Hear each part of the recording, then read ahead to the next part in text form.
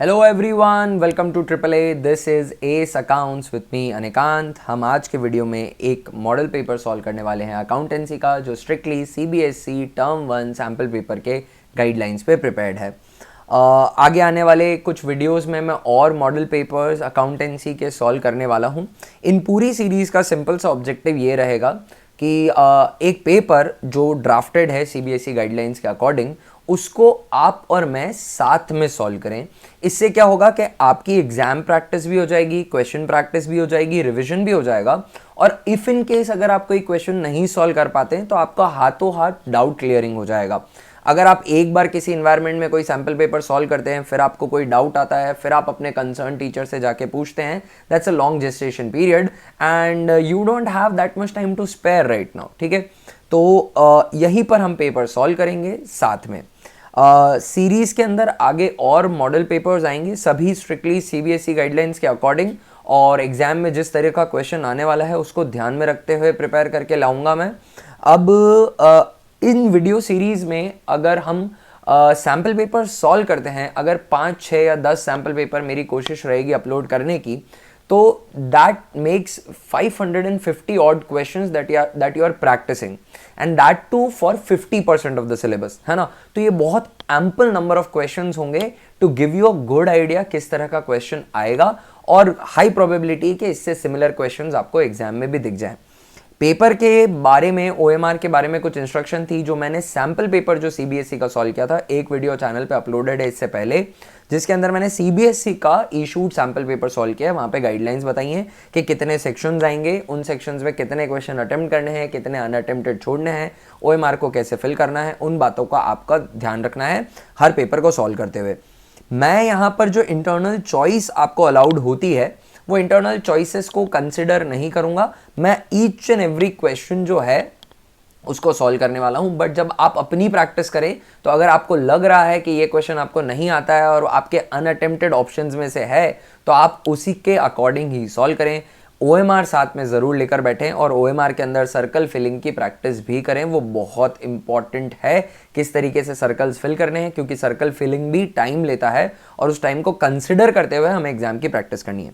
चलिए, तो फटाफट से पेपर स्टार्ट करते हैं। सेक्शन ए के अंदर, पार्ट 1 के अंदर, सेक्शन ए में 18 क्वेश्चन आते हैं, उसमें से हमें 15 अटेम्प्ट करने होते हैं। चलिए फटाफट से स्टार्ट करते हैं।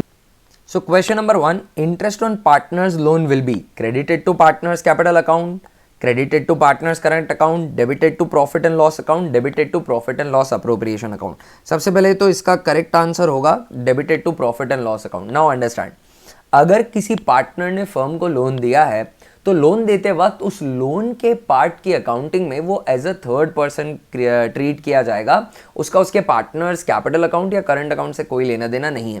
तो अगर हम पार्टनर को लोन देते हैं, तो उस लोन, अगर पार्टनर फर्म को लोन देता है, तो उस पर जब पार्टनर को इंटरेस्ट दिया जाएगा, तो उसकी एंट्री डलेगी interest on loan account DR to partners loan account. और ईयर एंड पे इंटरेस्ट ऑन लोन, क्योंकि ये एक चार्ज अगेंस्ट प्रॉफिट है, ये खर्चा है, प्रॉफिट का बंटवारा नहीं, अप्रोप्रिएशन नहीं है, तो इसकी एंट्री डल जाएगी profit and loss appropriation, not appropriation, profit and loss account DR to interest on loan. क्योंकि ये एक नॉमिनल अकाउंट है और चार्ज अगेंस्ट प्रॉफिट है, तो ईयर एंड पे प्रॉफिट एंड लॉस अकाउंट में इसको क्लोज कर दिया जाएगा। तो यहाँ पर डेबिट हो जाएगा प्रॉफिट एंड लॉस अकाउंट। चलिए आगे बढ़ते हैं। आगे हम देखते हैं, interest on drawings will be recorded on the debit of profit and loss appropriation account, नहीं, credit of profit and loss appropriation में आता है, बाय इंटरेस्ट ऑन ड्रॉइंग आता है। On the credit of partners current account, नहीं, partners current account के credit में नहीं आएगा, डेबिट में आएगा, to interest on drawing.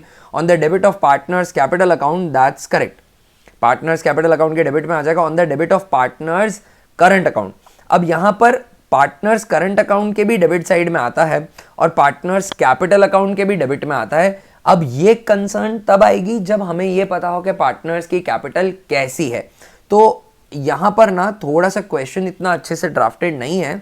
On the debit of partners capital account, assuming that they are fixed, अगर फिक्स्ड है तो फिर कैपिटल अकाउंट में नहीं जाएगा, करंट अकाउंट के डेबिट में जाएगा। तो विद दैट लॉजिक यहाँ पे डी करेक्ट आंसर हो जाएगा। क्वेश्चन में स्पेसिफाई करना चाहिए था interest on partners drawings, interest on drawings will be recorded if capital are fixed. अगर कैपिटल फिक्स्ड है तो फिर ये सारे एडजस्टमेंट्स जो हैं पार्टनर के वो उनके करंट अकाउंट से होते हैं। कैपिटल अकाउंट में तो सिर्फ permanent addition of capital and permanent withdrawal of capital आता है। सो ये क्वेश्चन हो गया हमारा। नेक्स्ट क्वेश्चन पे चलते हैं। Commission to partner will be recorded. यहाँ पर भी अज्यूम करना है कि कैपिटल्स फिक्स्ड हैं, ठीक है। तो पार्टनर को अगर कुछ कमीशन दिया तो उसकी जर्नल एंट्री डलती है partners commission account DR to partners capital या करंट अकाउंट, और ईयर एंड पे PNL appropriation account DR to partners commission entry डल जाती है। तो on the debit side of profit and loss account नहीं आएगा क्योंकि ये अप्रोप्रिएशन है, चार्ज नहीं है। On the credit side of partners capital account, yes if the capitals are fluctuating but इधर फिक्स्ड है। On the credit side of partners current account, that's true, why, because the capital are fixed, that is provided to us in the question जो मैंने bracket में लिखा है। On the debit side of partners current account नहीं, partners current account के credit side में आएगा क्योंकि पार्टनर को दिया जा रहा है कमीशन। तो ये क्वेश्चन भी हो जाता है। अगला क्वेश्चन हम करते हैं। If a share of face value 100 was issued at a premium of 40 on which whole amount is called up, पूरा का पूरा पैसा मंगा लिया है, फेस वैल्यू 100 रुपीज़ की है, इशू प्राइस 100 प्लस 40 140 की हो जाएगी। The full money is called up, is forfeited and re issued at 125, इसको री इशू पे किया। Share capital account will be credited bye, इसको री इशू किया है तो फेस वैल्यू 100 की है दोस्तों, री इशू किया 125 पे, तो 100 रुपीज़ कैपिटल में चला जाएगा और 25 प्रीमियम में चला जाएगा। कैपिटल हमेशा फेस वैल्यू से बनती है, तो इसका बहुत सिंपली ऑप्शन ए करेक्ट हो जाएगा। आगे बढ़ते हैं। Question number 5, G limited issued shares of 20 each at a premium of 10 per share, 10 रुपए की प्रीमियम है, 20 की फेस वैल्यू है। अमाउंट्स वर पेएबल एज फॉलोज, एप्लीकेशन पे 5 है इंक्लूडिंग प्रीमियम, तो एप्लीकेशन 4+1 हो जाएगा। अलॉटमेंट 5, एक्चुअली अलॉटमेंट पे 2 रुपए की प्रीमियम है तो अलॉटमेंट 4+2 हो जाएगा, राइट। और फर्स्ट कॉल पे 3 रुपए की प्रीमियम है तो जो फर्स्ट कॉल है वो 4+3 हो जाएगा। इन्होंने कहा सेकेंड एंड फाइनल कॉल पे बैलेंस अमाउंट है तो टोटल 20 रुपीज़ की फेस वैल्यू आनी चाहिए। एप्लीकेशन, अलॉटमेंट और फर्स्ट कॉल को अगर मैं ऐड करूं तो 12 रुपीज़ की फेस वैल्यू आ चुकी है, तो 8 रुपीज़ की फेस वैल्यू आना बाकी है। 20 टोटल फेस वैल्यू है, एप्लीकेशन, अलॉटमेंट और कॉल मिलाओ तो 12 रुपये आ जाते हैं। 20 में से 12 सपरेट करो तो 8 रुपीज़ फाइनल कॉल पे फेस वैल्यू के बचे।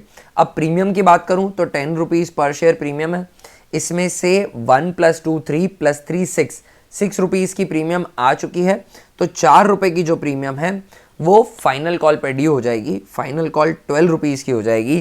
टोटल मेरे पास 30 रुपीज़ आने चाहिए, है ना। तो 30 रुपीज़ के हिसाब से यहाँ पर कितने पैसे आ चुके हैं मेरे पास, 6 + 5 11 + 7 18 18 + 12 30 रुपीज़। तो अमाउंट में 30 रुपीज़, फेस वैल्यू के 20 और प्रीमियम के 10, सारे अप्रोप्रिएशन बराबर कर लिए हैं अपन ने। आगे बढ़ते हैं। क्वेश्चन में कहा क्या है, Aryan a holder of 500 shares fail to pay allotment and first call, तो इसने अलॉटमेंट नहीं दिया, फर्स्ट कॉल नहीं दी, and his shares were forfeited after the first call, first call के बाद ही इनके शेयर फोरफिट कर दिए गए हैं, तो फाइनल कॉल तो अभी तक मंगाई भी नहीं है। तो फाइनल कॉल पे कितना बैलेंस है ये मुझे पता करने की ज़रूरत नहीं थी, ठीक है ना। His shares are forfeited after the first call. On forfeiture, calls in arrears will be. Forfeiture पे calls in arrears कितना होगा, मतलब इसने क्या नहीं दिया, तो इसने अलॉटमेंट नहीं दिया, फर्स्ट कॉल नहीं दिया। अलॉटमेंट पे इन्होंने 6 रुपये नहीं दिए और फर्स्ट कॉल पे लिखा हुआ है, I have no need to write it, allotment पे इन्होंने 6 रुपये नहीं दिए और फर्स्ट कॉल पे 7 रुपये नहीं दिए, तो 7 और 6 13 रुपये नहीं दिए। और कितने शेयर हैं इनके, 500 शेयर्स हैं, तो बहुत ही सिंपली यहाँ पे 500 इंटू 13 हमारा आंसर हो जाएगा। सो 500 इंटू 13 दैट इज 6500। तो कॉल्स इन एरियर्स को क्रेडिट कर दिया जाएगा फोरफीचर पे 6500 से। डेबिट किया जाता है जब पैसे नहीं दिए जाते हैं, है ना। जब डिफॉल्ट करेंगे तब पैसे रिसीव करते टाइम एंट्री डलेगी bank account DR, calls in arrears account DR to first call to allotment whatever the instalment is. But जब फोरफिट किया जाता है तो एंट्री डलती है equity share capital account DR, security premium reserve account DR if it is called and unpaid, 2 calls in arrears 2 share forfeiture. तो 2 calls in arrears वहां पे क्रेडिट होता है। इन्होंने पूछा ऑन फोरफीचर, तो डेबिटेड विथ अगर वर्ड हो तो उससे दूर रहना हमको, क्रेडिटेड विथ 6500, तो 5th का बी आंसर हो जाएगा। चलिए आगे बढ़ते हैं, क्वेश्चन नंबर 6 करते हैं। Divya and Isha are partners in a firm sharing profit and losses in the ratio 2:3. Leela was admitted as a new partner for 1/5 share in profit of the firm. Leela acquires her share from Divya and Isha in the ratio of 1:2. The new profit sharing ratio will be. हमसे new profit sharing ratio मांगा है, तो इसके लिए कुछ calculations required रहेंगी. देखिए ईशा लीला जो है वो एडमिट हुई है 1/5 शेयर के लिए, और ये 1/5 दिव्या और ईशा ने इनको दिया है इनके रेशियो में 1:2 में. तो मैं ऐसा कह सकता हूँ कि डी का जो सेक्रीफाइस है वो होगा 1/5 का 1/3. 1/5 शेयर के लिए नई पार्टनर आई है लीला. अब इसको ये 1/5 कहीं से तो मिलेगा, तो दिव्या और ईशा दे रही हैं. किस रेशियो में दे रही हैं? 1:2 में दे रही हैं. तो दिव्या का सेक्रीफाइस कितना होगा? 1/5 का 1/3, दैट्स 1/15. अब दूसरी पार्टनर है ईशा. ईशा बचा हुआ दे देंगी 1/5 का 2/3, दैट्स 2/15. ये दिव्या और ईशा के सेक्रीफाइस हो गए. अब इनके ओल्ड रेशियो में से सेक्रीफाइस सब्ट्रैक्ट कर दूंगा तो मेरे को न्यू रेशियो मिल जाएगा. तो सबसे पहले दिव्या की बात करते हैं. दिव्या का ओल्ड रेशियो है 2/5. इसमें से सेक्रीफाइस माइनस कर देता हूं 1/15. राइट फ्रेंड्स, 1/15 तो एलसीएम आ जाएगा 15 का. 5 3 15, 3 2 6 -1, तो 5/15 डी का आ गया. अब बात करते हैं हम आई की, यानी ईशा की. ईशा का ओल्ड रेशियो है 3/5 और उसमें से उनका सेक्रीफाइस 2/15 में सब्ट्रैक्ट कर दूंगा. एलसीएम यहाँ पे 15 हो जाएगा. 5 3 15, 3 3 9 -2, तो 7/15 इनका हो जाएगा. जो नई पार्टनर हैं लीला, उनका प्रॉफिट शेयर वैसे तो मुझे पता है 1/5, but to post them in a ratio form I need to have same basis. सबका बेस ना 15 होना चाहिए. इनका बेस 15 नहीं है, तो 15 बनाने के लिए क्या किया जाए? 5 को किससे मल्टीप्लाई करूं कि वो 15 हो जाए? तो दैट्स 3. सो 3/3, तो 5:7:3 इज द न्यू रेशियो. तो डी ऑप्शन हमारा करेक्ट आंसर हो जाएगा. राइट गाइज, सो बहुत सिंपल सा क्वेश्चन था ये. ज़्यादा ट्विस्ट नहीं किया हुआ था. स्ट्रेट फॉरवर्ड केस दे रखा था जहां पर ना न्यू पार्टनर का शेयर दे रखा है और पुराने पार्टनर्स का सेक्रीफाइसिंग रेशियो हमें गिवन था.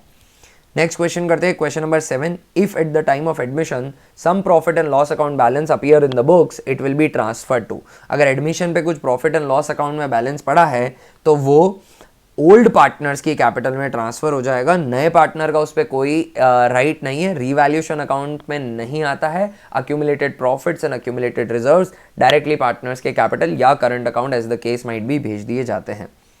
आगे बढ़ते हैं. Question number 8. Naveen is a partner in a firm. Interest on drawings charged by the firm at the rate 9% per annum amounts to 4,500 for the year ended 31st March. How much he withdrew from the firm? इन्होंने कितना amount विड्रीव किया होगा ये पूछा है. इन्होंने कैसे drawing करी, कब करी, क्या करी, कुछ भी नहीं बता रखा. सिर्फ इतना कहा है कि नवीन एक पार्टनर है, इनका interest on drawings 9% per annum से अगर चार्ज किया जाए तो 4,500 आता है. तो let us assume that the amount withdrawn, total amount withdrawn bye Naveen is x. अगर इन्होंने विड्रॉ किया तो इस पर 9% का इंटरेस्ट चार्ज हुआ होगा पूरे साल का. और क्योंकि मुझे टाइम मेंशन नहीं कर रखा है तो I have to charge interest in this situation for 6 months. तब हम एवरेज पीरियड जो होता है उसको 6 अज्यूम कर लेते हैं, तो इंटू 6/12 हो जाएगा.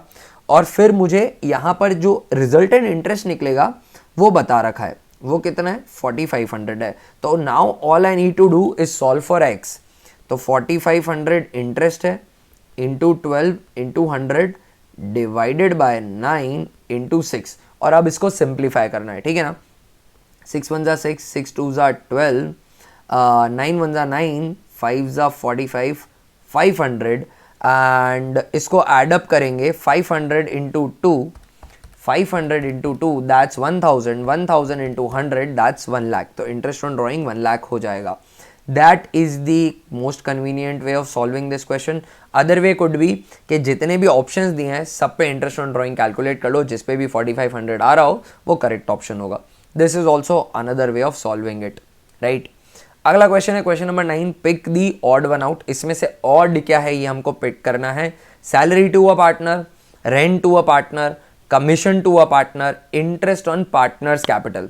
तो गाइस सैलरी जो पार्टनर को दी जाती है, रेंट दो, सैलरी, कमीशन और इंटरेस्ट जो पार्टनर्स कैपिटल पे दिया जाता है, A C and D are all appropriation of profits. They are element of P&L appropriation account. But when rent is paid to a partner, that is charge against profit, that is not an element of P&L appropriation account.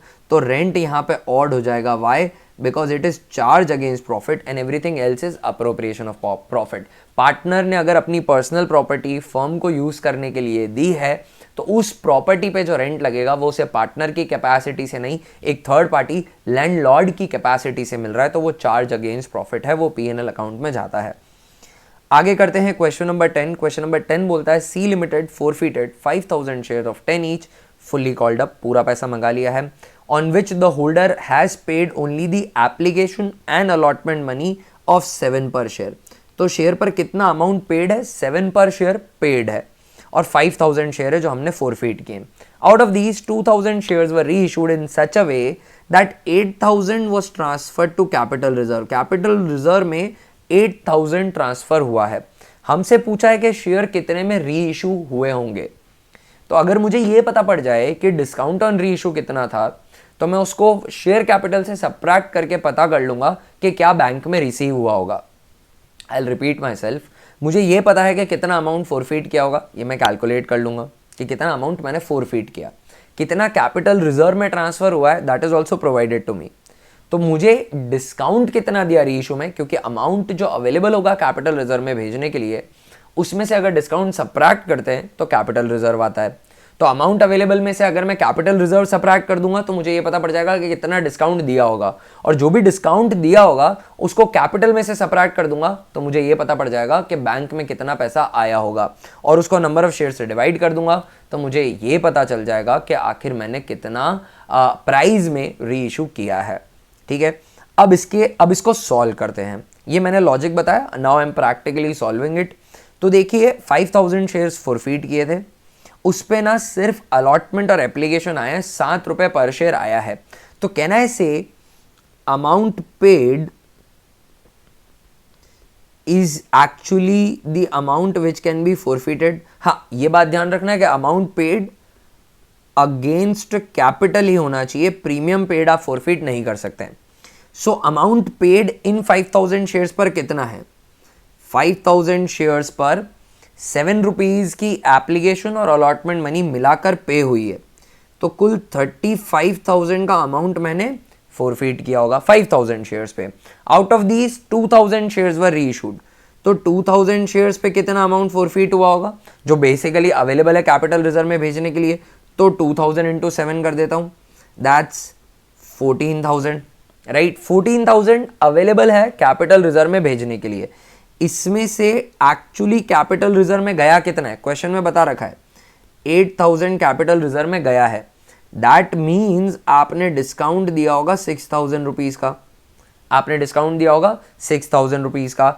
आपने अगर 2000 shares reissue किए और 2000 shares reissue करने पे अगर 10 rupees के हिसाब से मानूं तो कैपिटल आनी चाहिए थी 20,000 रुपीज़ की, पर कैपिटल 20,000 की आई नहीं है. कैपिटल कितने की आई है? कैपिटल 6000 का डिस्काउंट सब्ट्रैक्ट करके आई है. एक्चुअली 6000 का हमने डिस्काउंट दिया है तो 14,000 रुपीज़ जो हैं वो मुझे बैंक में रिसीव हुए होंगे. लॉजिक समझिएगा भाई, 2000 शेयर री इशू किए, 10 रुपये का एक शेयर है तो 20,000 रुपये का क्या आना चाहिए? कैपिटल आना चाहिए. डिस्काउंट कितना दिया है? 6,000 का दिया है तो 14,000 रुपये बैंक में आए होंगे.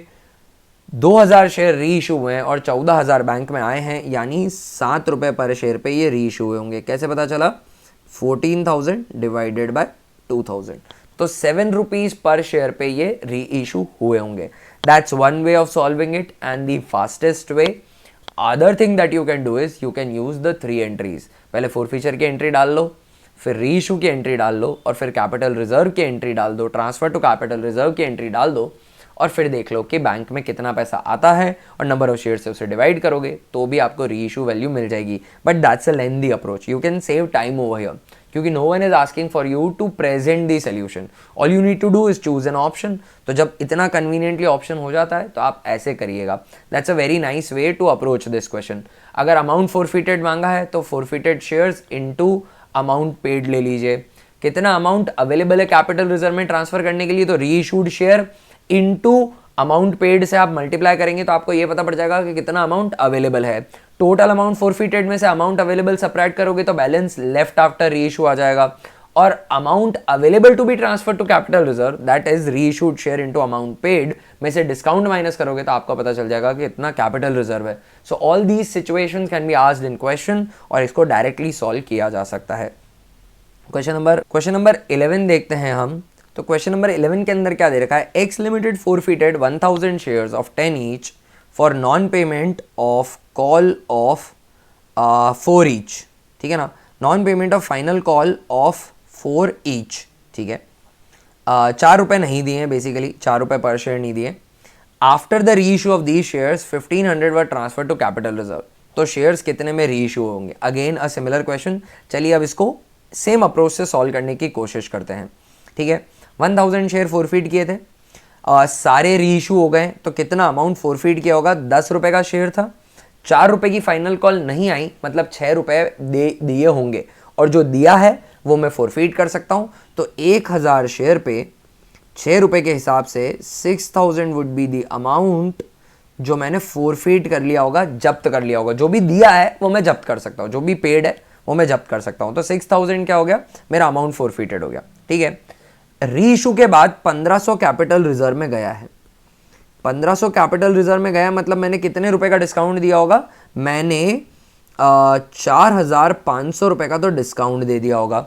अगर मैंने 4500 रुपये का डिस्काउंट दिया है 1000 शेयर पे, तो 1000 शेयर अगर री इशू होते हैं तो 10 रुपये के हिसाब से मेरे पास 10,000 रुपये आने चाहिए, पर मैंने 4500 रुपये का डिस्काउंट दिया है, ये मुझे अभी पता चला, मतलब मेरे पास 5500 रुपये आए होंगे। तो शेयर कितने में री इशू हुआ है, 5500 में री इशू हुआ है। जल्दबाजी में 4500 अगर लिख के आ जाओगे तो वो भी ऑप्शन में मिलेगा, अगर जल्दबाजी में 1500 कैपिटल रिजर्व लिख के आ जाओगे तो वो भी ऑप्शन में मिलेगा, 6000 अगर लिख दोगे अमाउंट फोरफिटेड तो वो भी ऑप्शन में मिलेगा। So all the mistakes that you can make would be there in the option. तो ये ज़रूर देखना कि क्वेश्चन ने आखिर मांगा क्या है, बहुत ध्यान से उसे पढ़िएगा और वही ऑप्शन सेलेक्ट करके आइएगा, राइट फ्रेंड्स। तो यहाँ पर 5500 अमाउंट ऑफ री इशू है, अगर पर शेयर वैल्यू पूछे तो 5.5 रुपये में री इशू हुआ है, 5500 डिवाइडेड बाय 1000, तो री इशू प्राइस हो जाएगी 5.5, 4.5 रुपये का डिस्काउंट दिया और 10 रुपये मेरे कैपिटल में आने चाहिए।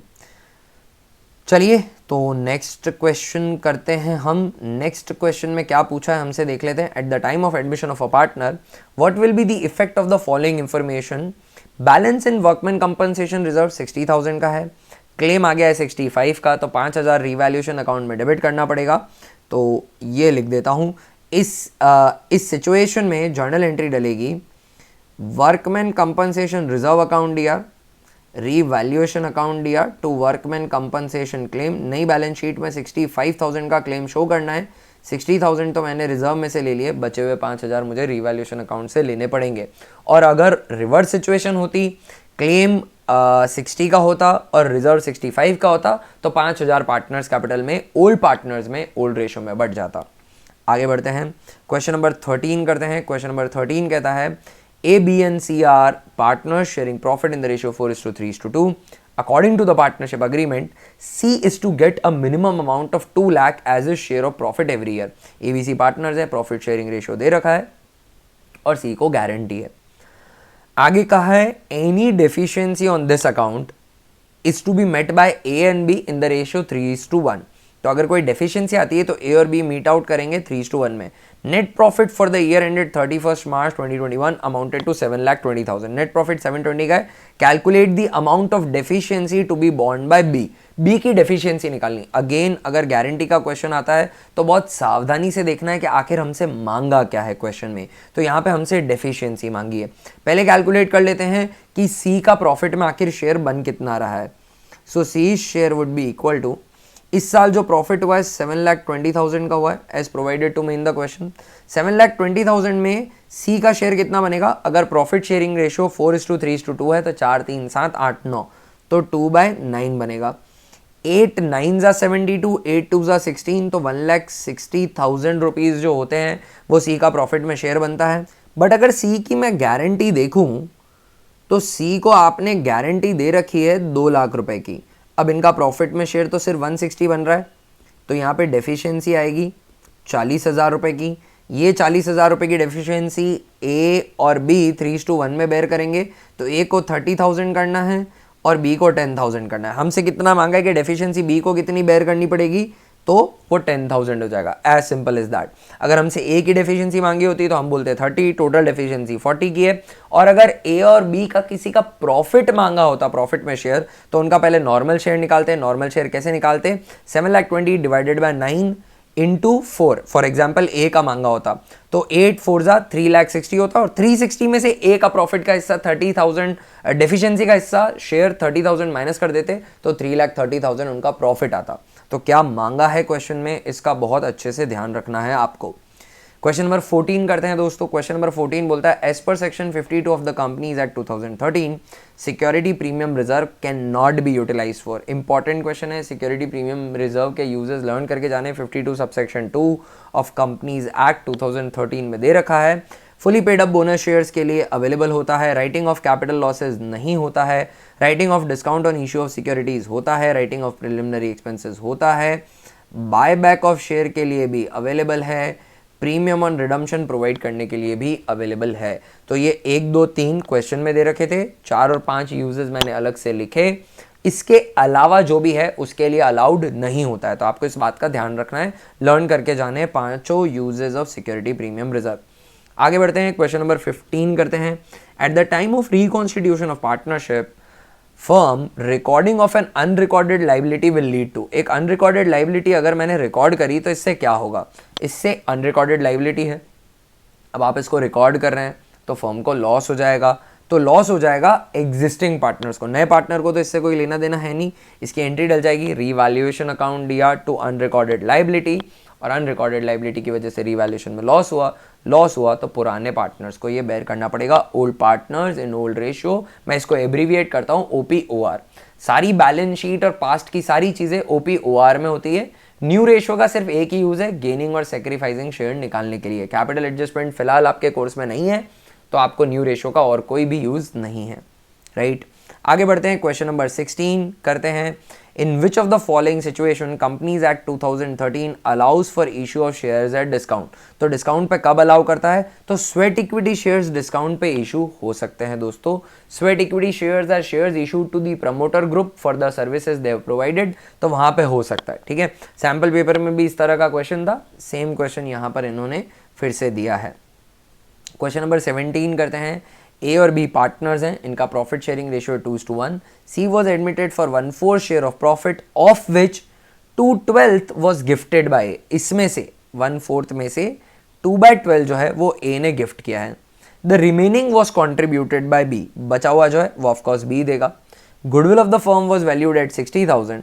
How much amount of goodwill will be credited to B's capital account. Interesting question. B को कितनी गुडविल मिलेगी, बी को कितनी गुडविल मिलेगी, इसके लिए मुझे पता करना पड़ेगा कि बी का सेक्रीफाइस आखिर कितना है। देखिए सी आया है 1/4 शेयर के लिए, सी का शेयर 1/4 है, ये क्वेश्चन में मेंशन्ड है। इस 1/4 में से 2/12 इसको ए ने गिफ्ट किया है, तो ए इसके लिए कोई प्रीमियम नहीं ले रहे, फ्री में दे रहे कि भैया आप रखो, मेरे को कोई प्रीमियम नहीं चाहिए। अब अगर ए ने 2/12 दिया है, 1/4 में से 2/12 दिया है, तो बी ने कितना दिया होगा, तो I can say B sacrifice would be equal to 1/4 minus 2/12। 1/4 तो सी को टोटल मिला, उसमें से 2/12 ए ने दिया, तो बचा हुआ किसने दिया होगा, बचा हुआ ऑफकोर्स बी ने दिया होगा, ठीक है ना। तो बी का सेक्रीफाइस हो जाएगा 1/4 माइनस 2/12। यहाँ पर अगर मैं एलसीएम लेता हूँ तो एलसीएम 12 का आ जाएगा। 4 3 12, 3 1 3 माइनस 2, तो 1/12 जो है इसमें से किसने दिया है, 1/12 जो है वो बी ने सेक्रीफाइस किया है। ए का सेक्रीफाइस आपको क्वेश्चन में ही बता रखा था 2/12, बी का सेक्रीफाइस है 1/12, तो इनका सेक्रीफाइसिंग रेशियो हो जाएगा 2:1। गुडविल फर्म की वैल्यू करी हुई है 60 पे, फर्म की गुडविल है, तो इसमें मुझे पहले सी की प्रीमियम निकालनी पड़ेगी। तो C's premium for goodwill would be equal to, C का प्रीमियम फॉर गुडविल हो जाएगा, जो फर्म की गुडविल है 60,000 को मैं मल्टीप्लाई कर दूंगा उनके प्रॉफिट शेयर से, दैट इज 1/4, तो 60 का आधा 30 और 30 का आधा 15,000। 15,000 क्या हो गई, प्रीमियम फॉर गुडविल हो गई। बी का मुझे इसमें शेयर निकालना है, तो बी का शेयर हो जाएगा 15,000 इंटू बी का सेक्रीफाइस, दैट इज 1/3, ठीक है ना। 2:1 का रेशियो है, मैं सीधा 1/12 भी कर सकता था, तो 15,000 डिवाइड बाय 3, वेरी इजी, 5,000 यहाँ पर आ जाता है। ये ऑप्शन में इधर सेलेक्ट कर लूँगा, है ना। आई होप ये आपको समझ में आया होगा दोस्तों। तो पहले टोटल गेन बता रखा था इनकमिंग पार्टनर का, एक पार्टनर का सेक्रीफाइस दे रखा है, तो उसमें से उस पार्टनर का सेक्रीफाइस माइनस करूंगा तो दूसरे का सेक्रीफाइस आ जाएगा। गुडविल दे रखी है, गुडविल से प्रीमियम निकाल ली और प्रीमियम को सेक्रीफाइसिंग रेशो में बांट दिया। Very simple. लास्ट क्वेश्चन पे आते हैं हम, सेक्शन ए के। लास्ट क्वेश्चन है, x limited forfeited 1000 shares on which 6 पर share was received. Out of these 6 पर शेयर वॉज रिसीव्ड, तो 1000 शेयर पे 6 रुपए के हिसाब से मैंने 6000 अमाउंट फोरफीट किया होगा। इसमें से 700 शेयर्स री इशू किए 8 ईच पे, फुली पेड अप, यानी 2 रुपए का मैंने डिस्काउंट दिया है। Balance in forfeited shares account after the reissue of share will be. Very interesting question. इसको बहुत कन्वीनियंटली सॉल्व किया जा सकता है। 1000 शेयर फोरफीट हुए थे, इस पे मैंने 6 रुपए फोरफीट किए, तो 1000 शेयर पे 6 रुपए मैंने खाए हैं बेसिकली, कंपनी ने फोरफीट कर लिए, जब्त कर लिए, 6000 फोरफीट किए। 700 शेयर री इशू किए, तो उन 700 शेयर पे 6 रुपए के हिसाब से 7 6 4200 रुपीज, 4200 रुपीज अवेलेबल हैं कैपिटल रिजर्व में भेजने के लिए। अब उसके दो काम हो सकते हैं, या तो वो डिस्काउंट देने के काम आ जाएगा या कैपिटल रिजर्व में चला जाएगा। ये जो री इशूड शेयर है इनका पैसा फोरफीचर में नहीं रहा जा सकता, है ना, क्योंकि ये री इशू हो चुके थे। इन पे जितना भी अमाउंट फोरफीटेड है या तो कैपिटल रिजर्व में जाएगा या डिस्काउंट में जाएगा। इन्होंने मेरे से कैपिटल रिजर्व नहीं मांगा, इन्होंने मेरे से डिस्काउंट नहीं मांगा, इन्होंने मेरे से री इशूड वैल्यू नहीं मांगी। इन्होंने कहा है कि शेयर फोरफीचर में कितना बचेगा। बहुत सिंपल है, फोरफीटेड शेयर्स में से री इशूड शेयर माइनस कर दो। तो 1000 शेयर फोरफीटेड थे, इसमें से 700 री इशू हुए, तो 300 शेयर री इशू नहीं हुए, उस पे जो भी अमाउंट पेड है वो फोरफीचर में बचेगा। तो इसका आंसर इतना सिंपली निकाला जा सकता है कि 300 इंटू 6 पर share, that is 1800, and that's your answer. बहुत इंटरेस्टिंग है। अब अगर आप यहां पर फोरफीचर की एंट्री डालते हैं, फिर री इशू की एंट्री डालते हैं, फिर कैपिटल रिजर्व, इतना लेंदी अप्रोच क्यों फॉलो करना, सेव सम टाइम। बहुत ही सिंपल सा लॉजिक है यहाँ पे। फिर से एक्सप्लेन करता हूँ, इस बार लिख के करता हूँ। 1000 शेयर पे 6 रुपए के हिसाब से 6000 रुपए मैंने खाए, राइट। अब 700 शेयर पर 6 रुपए के हिसाब से 4200 कैपिटल रिजर्व में भेजने के लिए अवेलेबल है। अब ये 4200 दो जगह जा सकता है, या तो इससे डिस्काउंट दे दिया जाएगा या इससे कैपिटल रिजर्व में कुछ भेज दिया जाएगा। अगर डिस्काउंट दिया जाता है तो वो डिस्काउंट के नाम से डेबिट हो जाएगा, एसएफएफ डेबिट हो जाएगा, और कैपिटल रिजर्व में भेजा जाता है तो एंट्री डल जाएगी एसएफएफ टू कैपिटल रिजर्व। मतलब ये 4200 रुपीज एसएफएफ में तो नहीं बचने, या तो डेबिट हो जाएंगे डिस्काउंट में या फिर कैपिटल रिजर्व में भेज दिए जाएंगे। तो बचेगा कितना, बचेगा भाई 300 शेयर्स पे अमाउंट फोरफिटेड 6 पर शेयर, तो डायरेक्ट लिख दो ना, क्यों कैलकुलेशन करनी इतनी, सही बात है ना। और अगर बोलता कैपिटल रिजर्व में कितना जाएगा, अगर मांगता तो फिर मैं पता करता कि कितना डिस्काउंट दिया है। तो डिस्काउंट बहुत सिंपल है, 700 शेयर री इशू में 8 ईच फुली पेड अप माना है, अज्यूम करते हुए कि 10 रुपए की फेस वैल्यू रहेगी, तो 2 रुपए का डिस्काउंट, तो डिस्काउंट हो जाएगा दोस्तों 1400 का। तो 4200 माइनस 1400, तो 2800 का कैपिटल रिजर्व आ जाता अगर मांगा होता तो, है ना। तो 2800 प्लस 1400 देख लीजिए, 4200 या तो डिस्काउंट में चला गया या कैपिटल रिजर्व में चला गया। एसएफएफ में नहीं बचना है, एसएफएफ में क्या बचना है, अनइशूड शेयर पे अमाउंट पेड।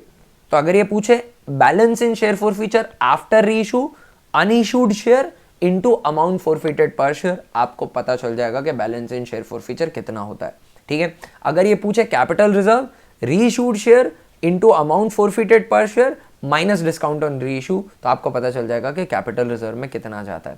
कैपिटल रिजर्व दे रखा हो तो पहले डिस्काउंट निकाल लीजिए as a balancing figure, share capital का अमाउंट जो होना चाहिए at the time of reissue में से डिस्काउंट माइनस कर दीजिए, आपको पता चल जाएगा कि बैंक कितना है। पर शेयर मांगा है तो री इशूड शेयर से डिवाइड कर दो, as simple as that. I hope ये आपको समझ में आया होगा। सो दोस्तों, this was section A of part 1। Let's now move to part 1 section B. Section B करते हैं, एक्स वाई जेड पार्टनर्स हैं, प्रॉफिट शेयरिंग रेशियो दे रखा है 2:1:1.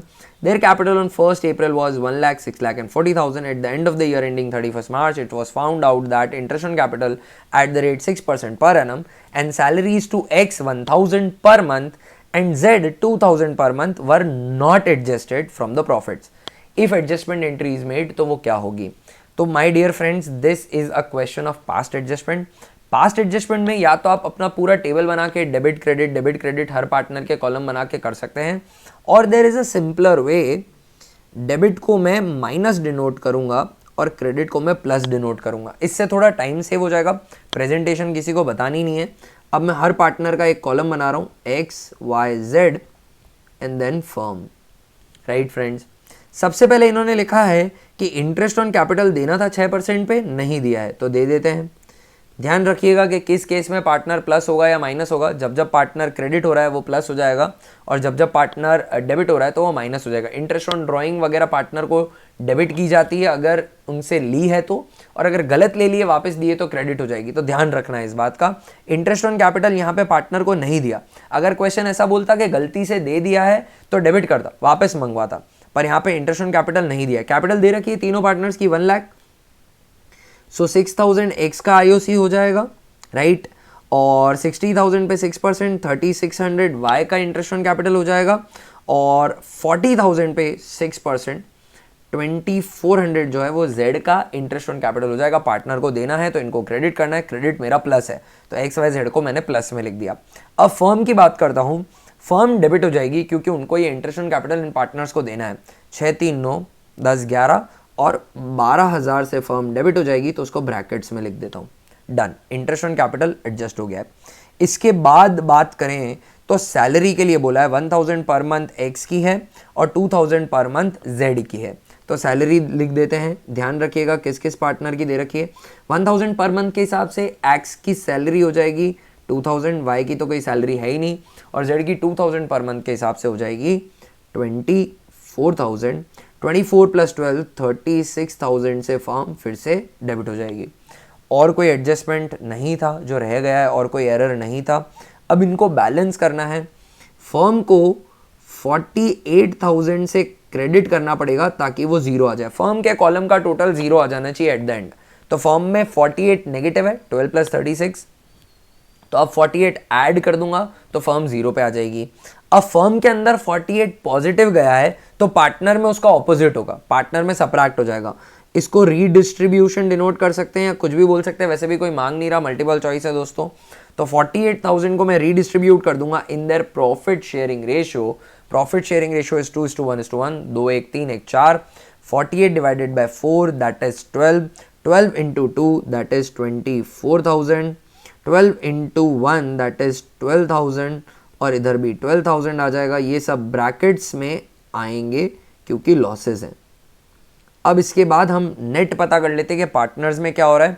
तो 18 से x प्लस में है और 24 से नेगेटिव में है, तो 24 - 18 6,000, but that is in negative. तो x डेबिट हो रहा है 6,000 रुपीज से. y की बात करूं तो 12,000 नेगेटिव में, 3,600 क्रेडिट पॉजिटिव में है, तो 8,400 रुपीज से y भी डेबिट हो रहा है. और z की बात करूं तो 24 - 12 12,000, 12 + 2,400 14,400 से z क्रेडिट हो रहे हैं. तो एंट्री डल जाएगी एक्सेस कैपिटल अकाउंट डीआर, क्योंकि डेबिट नेगेटिव मतलब डेबिट है, तो X capital account DR, Y's capital account DR to जेड्स कैपिटल अकाउंट. एक्स डेबिट हो जाएगा 6,000 से, बिल्कुल सही. वाई डेबिट हो जाएगा 8,400 से, और जेड क्रेडिट हो जाएगा. तो ऑप्शन ए यहाँ पे सही हो जाता है. आई होप आपको ये ब्रीफ अप्रोच वाली छोटी अप्रोच आपको समझ में आई होगी, जहाँ पे मैं हर पार्टनर का डेबिट क्रेडिट का कॉलम बना के टाइम वेस्ट नहीं कर रहा हूँ. हो सकता है आप में से कुछ यही अप्रोच पहले से ही फॉलो कर रहे हो. So that's a very convenient approach to solve this question. थोड़ा टाइम सेविंग है, राइट गाइज. आगे बढ़ते हैं, क्वेश्चन नंबर 20 सॉल्व करते हैं. A and B are partners in a firm sharing profits in the ratio 2:1. The partnership deed provided interest on drawing at the rate 12% per annum. A is drawing 5,000 per month in the beginning of every month. B is drawing 10,000 per quarter. है ना. कब करी कैसे करी ये नहीं बता रखा है.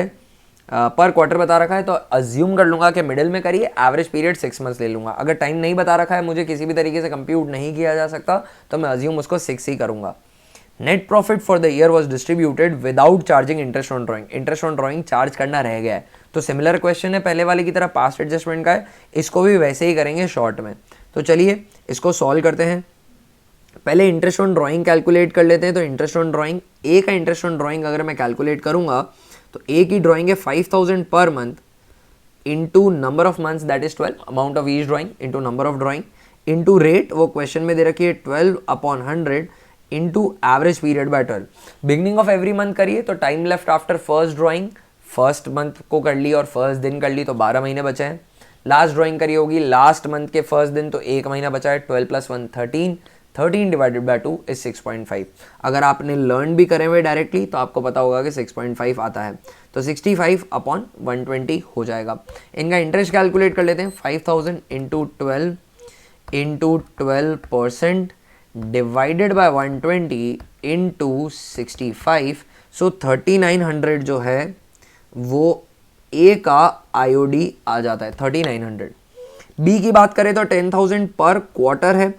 अमाउंट ऑफ ड्राइंग्स 10,000, साल में 4 क्वार्टर होते हैं, है ना। तो इंटू क्वार्टर मतलब 1/4 है तो 4 ही होंगे, into 4 into rate 12/100 into average period by 12, nothing is mention तो 6/12 कर देंगे। सो 10,000 इंटू 4 इंटू 12% डिवाइडेड बाय 2, सो इनका इंटरेस्ट ऑन ड्राइंग हो जाएगा 2400 का। ठीक है ना, दोनों के इंटरेस्ट ऑन ड्राइंग्स आ गए, ए का भी आ गया, बी का भी आ गया, करेक्ट है ना। ए की ड्राइंग्स के बारे में कुछ नहीं बता रखा था, बी की ड्राइंग्स के बारे में मुझे स्पेसिफाई नहीं कर रखा था कि कब और कैसे करी। ए के लिए तो बता रखा है मुझे, बिगिनिंग ऑफ एवरी मंथ है, बट बी के लिए नहीं बोला। तो अगर कुछ नहीं कहा है तो एवरेज पीरियड 6 मंथ्स मान लेंगे। अब मैं यहाँ पर कैलकुलेट करता हूँ कि एडजस्टिंग एंट्री क्या डलेगी, तो उसके लिए एक कॉलम ए, एक कॉलम बी और एक कॉलम फर्म। ए से इंटरेस्ट ऑन ड्राइंग लिया जाएगा 3900 का, ए डेबिट हो जाएगा। बी से इंटरेस्ट ऑन ड्राइंग लिया जाएगा 2400 का, बी भी डेबिट हो जाएगा। बट 3900 प्लस 2400 6300 से फर्म क्रेडिट हो जाएगी। प्रॉफिट शेयरिंग रेशियो है 2:1 का, तो फर्म 6300 से प्लस में आ गई तो माइनस करके फर्म को 0 पे लाना पड़ेगा, और अगर फर्म माइनस हो रही है तो पार्टनर्स अब प्लस होंगे। 6300 को डिवाइड कर दूंगा प्रॉफिट शेयरिंग रेशियो में 2:1 में, तो 6300 डिवाइड बाय 3 दैट्स 2100, तो बी में 2100 लिख देता हूँ, और 2100 इंटू 2 4200 में ए में लिख देता हूँ। अब नेट एडजस्टिंग एंट्री देख लेता हूँ दोस्तों, तो यहाँ पे 300 रुपये नेगेटिव है और यहाँ पे 300 रुपये पॉजिटिव है, तो एंट्री डल रही है बी टू ए, है ना, एंट्री डल रही है बी टू ए। तो और अमाउंट आएगा 300 का, तो debit A, no not debit A, debit B करना है, तो डेबिट बी डी ऑप्शन सही है, credit A 300 and debit B 300, तो डी ऑप्शन सही हो जाएगा। क्वेश्चन नंबर 20 का डी ही सही है। आई होप आपको ये समझ में आया होगा दोस्तों, है ना। तो आप ये वाली अप्रोच अगर थोड़ा सा प्रैक्टिस करें, ऐसा मत सोचे कि मेरे को दूसरी वाली अप्रोच आती है तो मैं इसको क्यों समझूं, थोड़ा टाइम दोगे अभी तो बहुत टाइम सेव हो जाएगा पेपर में, है ना, और वो बहुत हेल्प करेगा दोस्तों। पेपर लेंदी नहीं लगेगा अगर आप करेक्ट अप्रोचेस फॉलो कर रहे हैं क्वेश्चन को सॉल्व करने के लिए, राइट। चलिए क्वेश्चन नंबर 20 कर लेते हैं। आप क्वेश्चन नंबर 20 बोलता है कि S T W and X are partners in a firm sharing profit 4321। X is given a guarantee, last वाले जो पार्टनर है इनको गारंटी है कि उनका प्रॉफिट में शेयर 50 से कम कभी नहीं होगा। Deficiency if any would be borne by S and T, और वो भी इक्वली, एस और टी इक्वली बेयर करेंगे, पीएसआर में नहीं करेंगे। Profit for the year ending 31 March amounted to 350, तो 3,50,000 का इस बार का प्रॉफिट है। 3,50,000 का इस बार का प्रॉफिट है, तो सबसे पहले एक्स का प्रॉफिट में शेयर निकालते हैं। Excess share in profit would be equal to 3,50,000 into 1 divided by 4 3 7 8 9 1 10 divide by 10, तो 35,000 होता है। जनाब हमने 50,000 की गारंटी दे रखी है, ठीक है ना, इतने की गारंटी है, तो 50 माइनस 35 15,000 रुपए की क्या आ जाएगी, डेफिशिएंसी आ जाएगी। कौन बेयर करेगा, तो ये 15,000 की डेफिशिएंसी कौन बेयर करेगा, एस और टी करेंगे, और एस और टी किस रेशियो में करेंगे, अपने पीएसआर में करेंगे, तो 7500 एंड 7500 ईच, ये इनका डेफिशिएंसी बेयरिंग हो जाएगा। राइट। तो देखिए जिस भी ऑप्शन में एक्स की प्रॉफिट की शेयर कम आती है 50 से, वो तो शुरू से ही गलत है, तो सी तो कभी नहीं हो सकता, ठीक है ना। अब बात करते हैं कि एस का प्रॉफिट में शेयर कितना बनता है। तो एस का प्रॉफिट में शेयर बनेगा 35,000, 3,50,000 इंटू 4/10, ठीक है ना। तो 3,50,000 डिवाइड बाई 10 35 होता है, 35,000 इंटू 4 कर लेता हूँ, तो प्रॉफिट 140 का आया। 140 में से 7,500 माइनस हो जाएगा, तो 1,32,500। 1,32,500 सिर्फ सी ऑप्शन में दे रखा है और डी में दे रखा है। सी तो हो नहीं सकता क्योंकि उसमें एक्स का शेयर 35 है, तो फिर यहां पर डी ऑप्शन ही करेक्ट हो जाएगा। बचे हुए लोगों के प्रॉफिट निकालने की जरूरत नहीं है, क्योंकि एक का भी गलत है मतलब ऑप्शन गलत है ना, और एक का भी सही है, और बाकी कोई ऑप्शन हो नहीं सकता, और किसी में एस का है ही नहीं, तो इसका मतलब एस का 132,500 नहीं है और एस का 132,500 होना चाहिए, तो डी ऑप्शन ही सही होगा।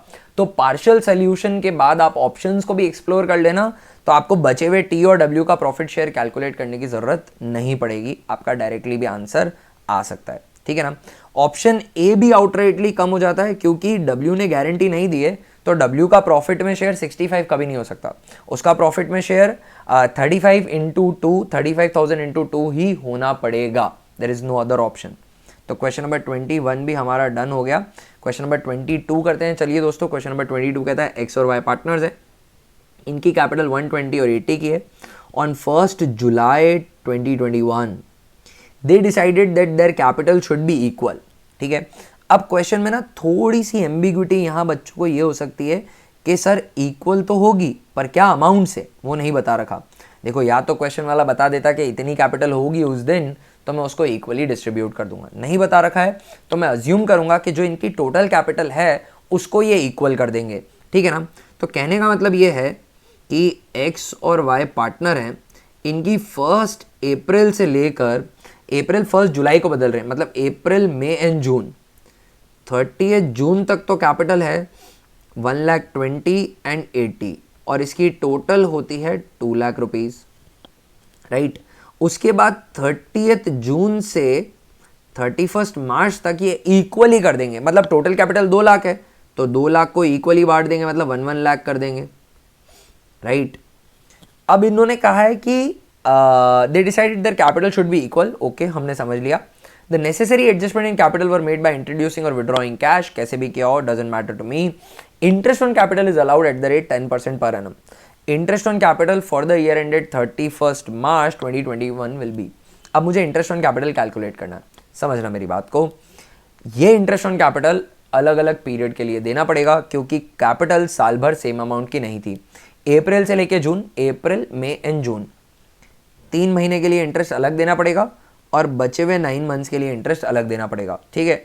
चलिए पहले एक्स का कैलकुलेट कर लेते हैं। तो एक्स का 1,20,000 पर पहले 3 महीने के लिए 120 कैपिटल है, 1,20,000 पे 10% का इंटरेस्ट फॉर 3 मंथ्स, दैट्स 3,000, है ना। 1,20,000 पे 10% तो साल का 12,000 हुआ, हर महीने का 1,000 हुआ, तो 3 महीने का 3,000 हुआ। उसके बाद कैपिटल हो जाती है 1 लाख, तो 1 लाख पे 10% that's 10,000 for the whole year divided by 12, तो एक महीने का आता है 833.33 इनटू मल्टीप्लाई कर दूंगा 9 से, तो उसका आ जाता है 7,500 फॉर द लास्ट 9 मंथ्स। तो 7,500 प्लस 3,000 10,500 होना चाहिए। 10,500 दो ऑप्शंस में दे रखा है, 10,500 सिर्फ एक ही ऑप्शन में दे रखा है, तो ऑप्शन ए फिर करेक्ट हो जाएगा, दूसरा मुझे कैलकुलेट करने की भी ज़रूरत नहीं है। तो क्वेश्चन नंबर 22 का आंसर ए हो जाता है एंड दैट्स करेक्ट। आगे बढ़ते हैं दोस्तों। आई होप ये क्वेश्चन आपको समझ में आया होगा। किसी भी तरह का डाउट है feel free to ask me in the comment section. Instagram पे मेरा हैंडल है CA अनिकांत कुणावत, आप वहाँ पे भी DM कर सकते हैं if you do not want to ask questions here in the comment section, okay.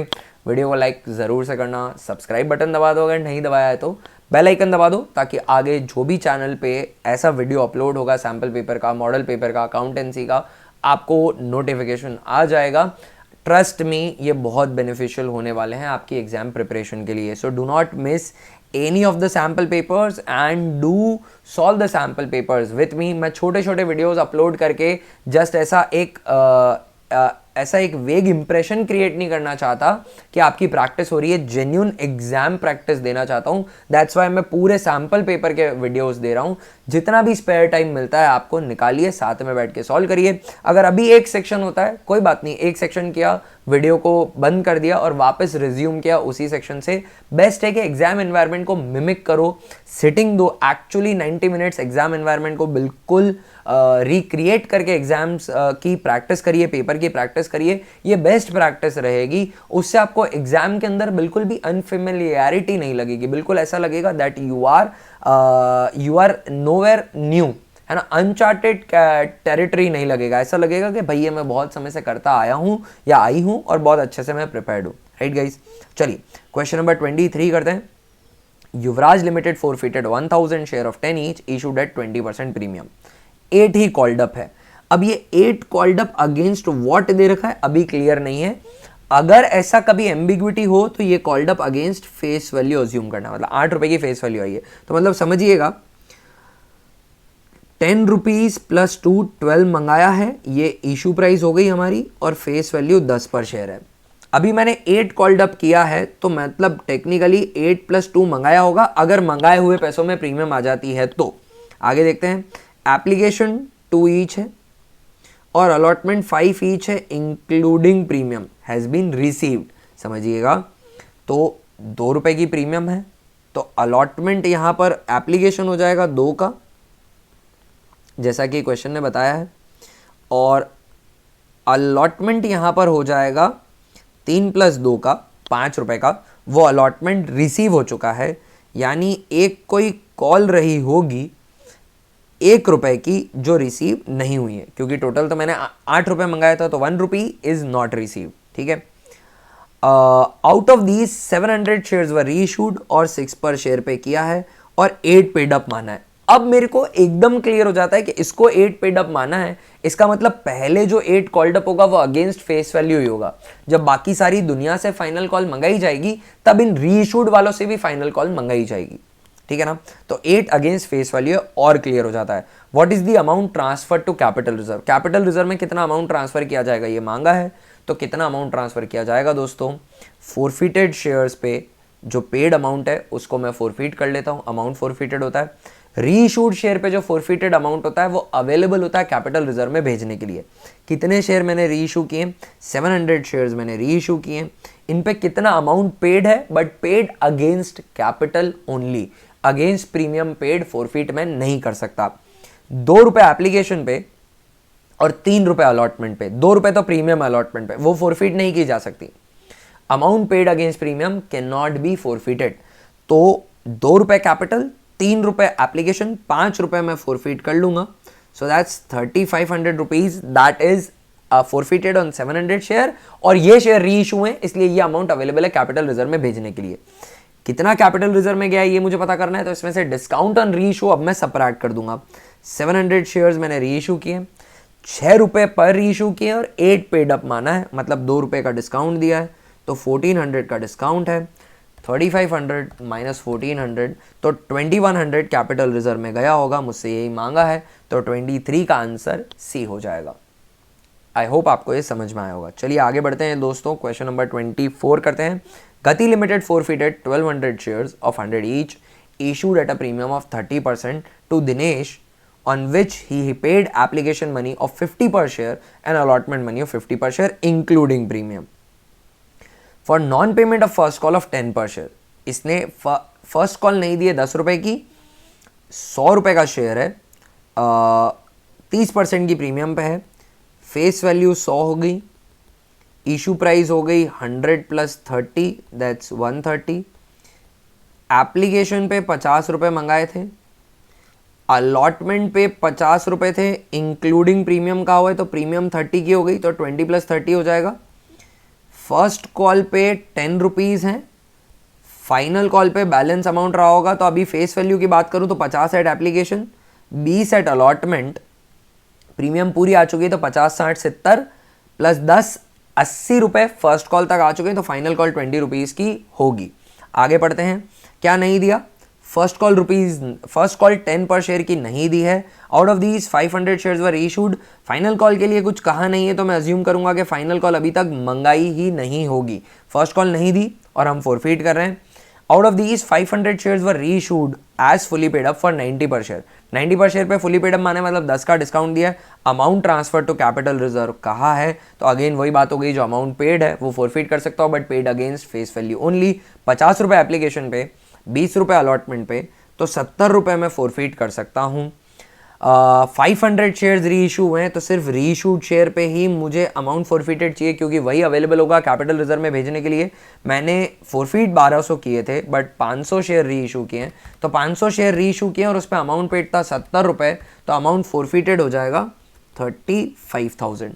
कितना अवेलेबल है कैपिटल रिजर्व में भेजने के लिए, तो अगर कुछ डिस्काउंट है तो इसमें से सब्ट्रैक्ट कर दूंगा, तो कैपिटल रिजर्व आ जाएगा। डिस्काउंट है, मैं 500 शेयर्स को री इशू कर रहा हूँ एट 90 फुली पेड अप, मतलब 10 रुपये का मैंने डिस्काउंट दिया।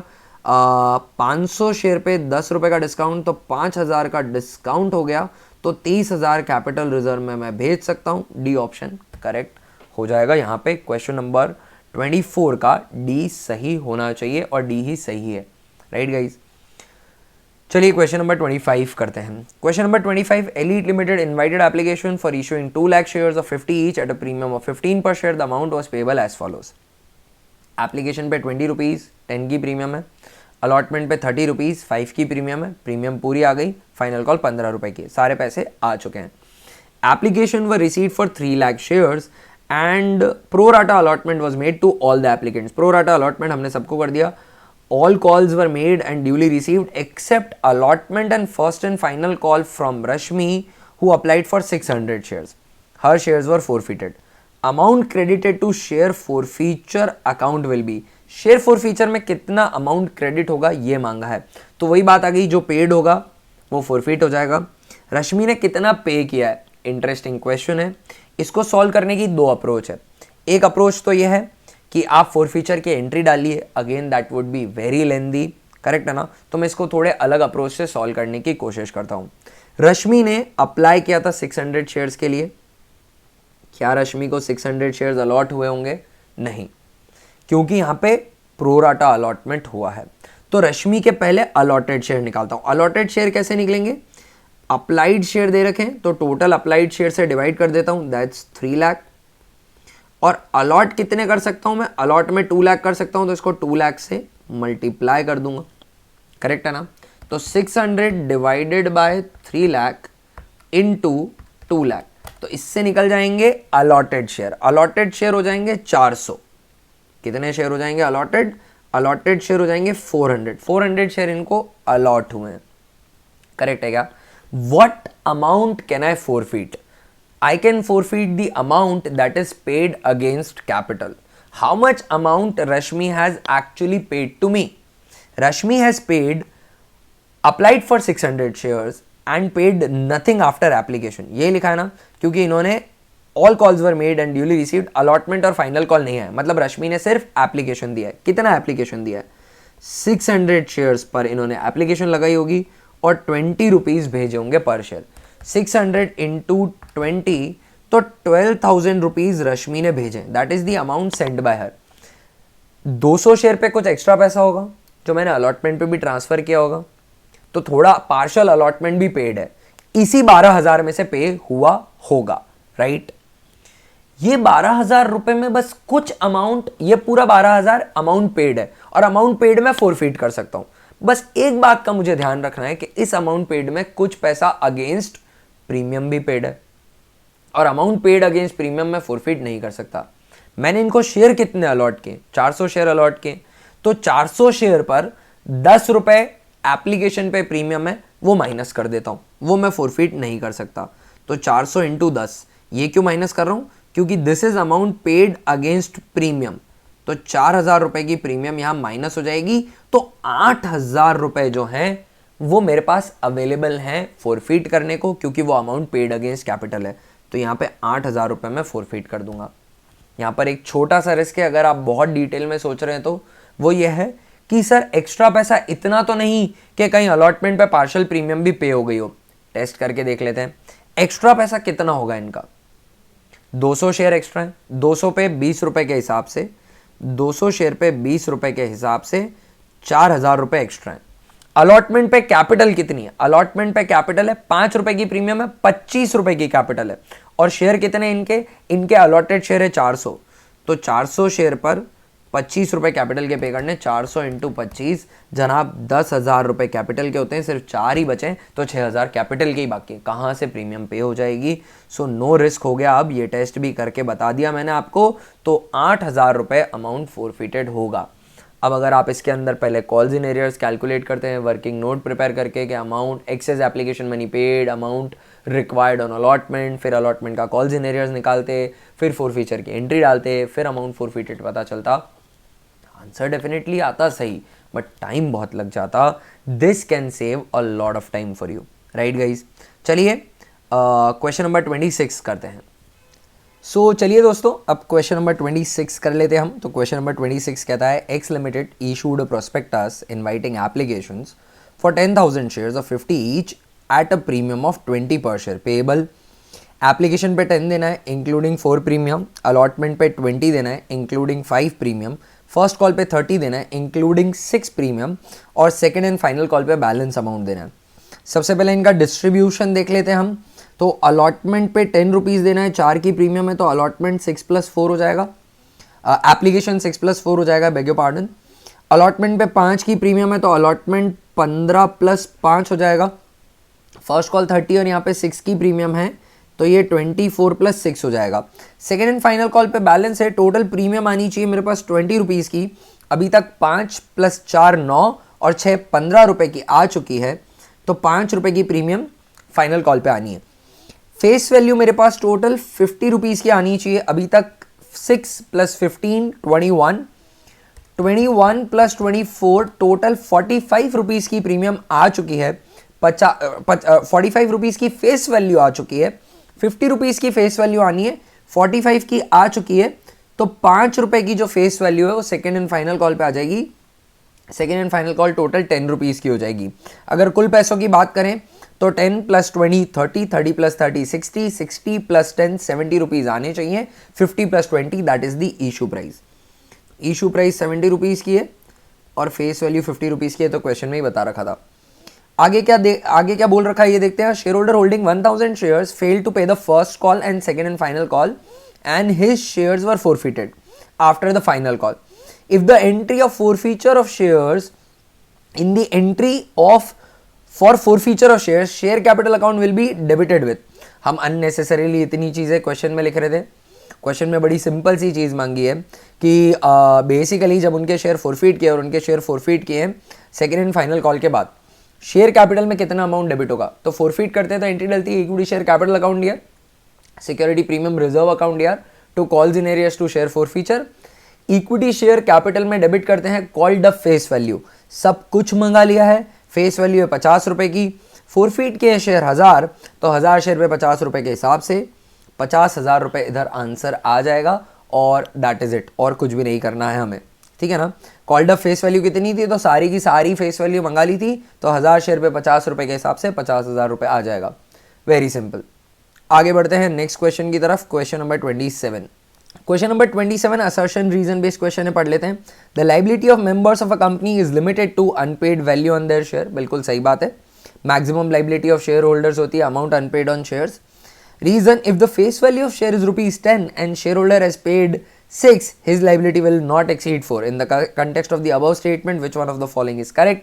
Assertion भी सही है, reason भी सही है, और reason assertion का correct explanation भी है। तो if that is the case, तो B correct हो जाएगा। Both A and R are true and R is correct explanation of A. So question number 27 का आंसर B हो जाएगा। आगे बढ़ते हैं, question number 28 करते हैं। C and D were partners sharing profit and losses in the ratio 3:2. They decided that with effect from 1st January 2021, they would share profit and losses in the ratio 5:3. Goodwill is valued at 6,40,000. Adjusting entry पास करनी है। Adjusting entry पास करने के लिए मुझे gaining और sacrificing partners पता करना पड़ेगा। Gaining और sacrificing निकालने के लिए new minus old, अगर पॉजिटिव आता है तो गेन, नेगेटिव आता है तो sacrifice. That's the formula that I use. C की बात करते हैं। सी का न्यू रेशियो है 5/8, ओल्ड रेशियो था 3/5। 8 और 5 के बीच में एलसीएम हो जाएगा 40, 8 5 ज़ा 40, 5 5 ज़ा 25, माइनस 5 8 ज़ा 40, 8 3 ज़ा 20, 8 3 ज़ा 24, तो 1/40 आ जाता है, 1/40 पॉजिटिव आ रहा है तो ये गेनिंग है। 6,40,000 डिवाइडेड बाय 40, तो 16,000 सी का गेन है। गुडविल की एंट्री डलती है गेनिंग टू सेक्रीफाइसिंग, तो सी टू डी 40,000 16,000 से जो भी एंट्री डल रही होगी वो सही हो जाएगा। तो लास्ट एंट्री में सी डेबिट हो रहा है, ध्यान दीजिएगा। फर्स्ट एंट्री में भी सी पहले बोला है बट क्रेडिट बोला है, सो मुझे क्रेडिट नहीं करना है सी को, मुझे डेबिट करना है क्योंकि सी गेनिंग पार्टनर है। तो 28 का डी हो जाएगा। A fairly simple question. 28 हो गया। नेक्स्ट क्वेश्चन पे चलते हैं, 29th क्वेश्चन। 29th क्वेश्चन कहता है A, B and C were equal partners. They decided to change their profit sharing ratio to 5:4:3. For this purpose, goodwill of the firm was valued at 6 lakh. Goodwill 6 lakh की है. The journal entry for treatment of goodwill on change in profit sharing ratio will be. Again simple सा question है. हमको पहले new ratio minus old ratio करके gaining sacrificing partner पता करने। तो सबसे पहले मैं ए का कैलकुलेट कर लेता हूँ। इक्वल पार्टनर्स थे, नया रेशो 5:4:3 है, तो 5 + 4 9, 9 + 3 12, 5/12 माइनस ओल्ड रेशो इक्वल था तो 1/3 हो जाएगा। एलसीएम यहाँ 12 हो जाएगा। 5 - 3 4 = 12 1, सो 1/12 पॉजिटिव आ रहा है, मतलब ये गेनिंग पार्टनर हो जाएंगे। बी की बात करता हूँ, बी का नया रेशो 4/12 माइनस 1/3 अगेन 12, 4 - 3 4 = 12, 4 1 = 4, इनका नील आ जाएगा, ना ये गेनिंग है ना ये सेक्रीफाइसिंग। सी की बात करता हूँ, सी का न्यू रेशो है 3/12, पहले था 1/3। एलसीएम कर दूंगा मैं 12 का 100%, क्योंकि तीन ही पार्टनर है तो सी 1/12 से सेक्रीफाइस आना ही पड़ेगा तभी बैलेंस होगा ये, ठीक बात है ना। तो फिर भी सॉल्व कर लेता हूँ, तो 3 - 3 4 1 = 4 माइनस 1/12, तो ये सेक्रीफाइस आ रहा है। गुडविल फर्म की है 6 लाख रुपीज़ की, 6 लाख डिवाइडेड बाय 12 तो 50,000 आता है। एंट्री डलेगी गेनिंग टू सेक्रीफाइसिंग, तो एंट्री डलेगी A's capital to C's capital with the amount 50,000, तो ए टू सी और 50,000 से एंट्री डली हुई है सिर्फ सेकंड वाली, तो यहाँ पर ना बी ऑप्शन जो है हमारा करेक्ट हो जाएगा। तो 29 का बी आंसर है। आगे बढ़ते हैं 30th क्वेश्चन की तरफ। Chitra, Diksha are partners sharing profits in the ratio 4:3. Their balance sheet showed a balance of 3,50,000 in general reserve and debit balance of 1,40,000 in profit and loss account. They now decided to share future profits equally. Instead of closing general reserve and profit and loss account, it is decided to pass an adjusting entry. तो एक adjusting entry पास करनी है। तो यहाँ पे simple सा है, जिन जिन items को एडजस्ट नहीं करना होता उन सबको हम एक स्टेटमेंट ऑफ चेंजेस में ले जाते हैं एक्सक्यूज मी, और फिर वो अगर स्टेटमेंट ऑफ चेंजेस पॉजिटिव आ रहा है तो एंट्री डाल देंगे गेनिंग टू सेक्रीफाइसिंग पार्टनर, और अगर वो स्टेटमेंट ऑफ चेंजेस का नेट इफेक्ट नेगेटिव आ रहा है तो एंट्री डाल देंगे सेक्रीफाइसिंग टू गेनिंग। मान लीजिए कि बैलेंस शीट के अंदर सिर्फ पीएनएल अकाउंट का डेबिट बैलेंस है और उसकी एडजस्टिंग एंट्री करनी है, तो उसकी adjusting entry sacrificing to gaining डलेगी, गेनिंग टू सेक्रीफाइसिंग नहीं डलेगी। यहाँ पर 3,50,000 का जनरल रिजर्व है, 3,50,000 और 1,40,000 का डेबिट बैलेंस है, तो ये सब्ट्रैक्ट हो जाएगा इसमें से 1,40,000। तो जो नेट इफेक्ट मुझे देना है वो देना है 2,10,000 रुपए का। अब मुझे सिंपली गेनिंग और सेक्रीफाइसिंग पता करना है, सी और डी है। प्रॉफिट शेयरिंग रेशियो 4:3 था, फ्यूचर प्रॉफिट इक्वली कर दिया है। तो अगर मैं सी की बात करूँ तो न्यू पीएसआर है 1/2 माइनस पहले वाला था 4/7, एलसीएम हो जाएगा 14 का, 2 7 = 14, 7 1 = 7, 7 2 = 14, 4 2 = 8, 1/14 नेगेटिव आता है। तो सी बेसिकली सेक्रीफाइसिंग पार्टनर है, तो gaining to sacrificing C credit होना चाहिए। किस अमाउंट से, वो 1/14 है तो 2,10,000 divided by 14 into 1 that is 15,000। Entry जो बनेगी वो बनेगी डी टू सी 15,000 से, डी टू सी 15,000, तो डी डेबिट होना चाहिए, तो ये सी में हो रहा है, ऑप्शन सी में क्रेडिट हो रही है चित्रा क्योंकि वो सी है, और डेबिट हो रहा है डी। चित्रा क्रेडिट होनी चाहिए क्योंकि सी सेक्रीफाइसिंग पार्टनर है, तो 30 का सी करेक्ट हो जाएगा। आगे बढ़ते हैं, question number 31। A and B are partners sharing profit and losses in the ratio 2:1। C and D are admitted and profit sharing ratio becomes 3:2:4:1। दो पार्टनर एडमिट हुए। Goodwill is valued at 3,60,000। C and D bring required goodwill in cash. Credit will be given to, credit किसको मिलेगा, ठीक है ना। तो goodwill firm की है 3,60,000, सेक्रीफाइसिंग पार्टनर जो होगा उनको क्रेडिट मिल जाएगा और क्रेडिट भी सेक्रीफाइसिंग रेशियो में मिलेगा। ठीक है, सबसे पहले पता कर लेते हैं कि प्रीमियम कितनी आनी चाहिए। एंड हमें सिर्फ क्रेडिट मांगा है तो डेबिट क्या होगा इससे हमें मतलब है नहीं। ए और बी मोस्ट प्रोबेबली दोनों सेक्रीफाइसिंग होंगे क्योंकि हर ऑप्शन में दोनों ही सेक्रीफाइसिंग आ रहे हैं।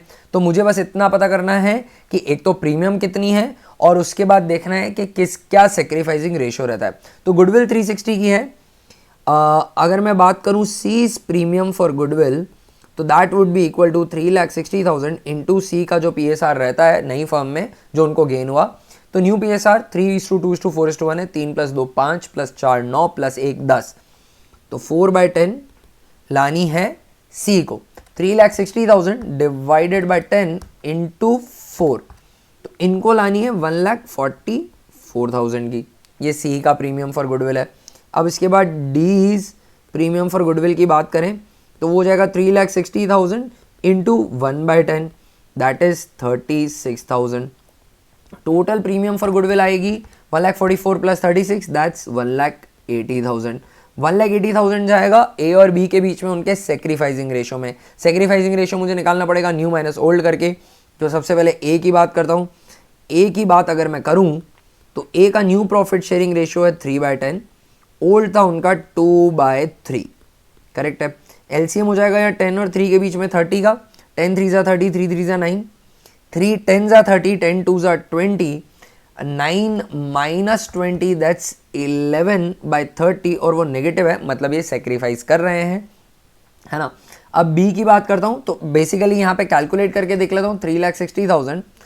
चलो सेक्रीफाइसिंग रेशियो निकाल के ही करते हैं, अभी नहीं करते। बी की बात करूँ तो बी का न्यू है 2/10 माइनस ओल्ड था उनका 1/3। एलसीएम यहाँ पे 30 हो जाएगा। 10 3 × 30, 3 2 × 6 माइनस 10 तो इनका हो जाएगा 4/30 नेगेटिव। सेक्रीफाइसिंग रेशियो अगर कोई पूछे तो that's 11:4, that is the sacrificing ratio. तो जो भी गुडविल की जो भी प्रीमियम है which we have already calculated, है ना, गुडविल हमने कैलकुलेट कर ली है which is we have calculated that as 1,80,000, वो 11:4 के रेशियो में बढ़ जाएगा।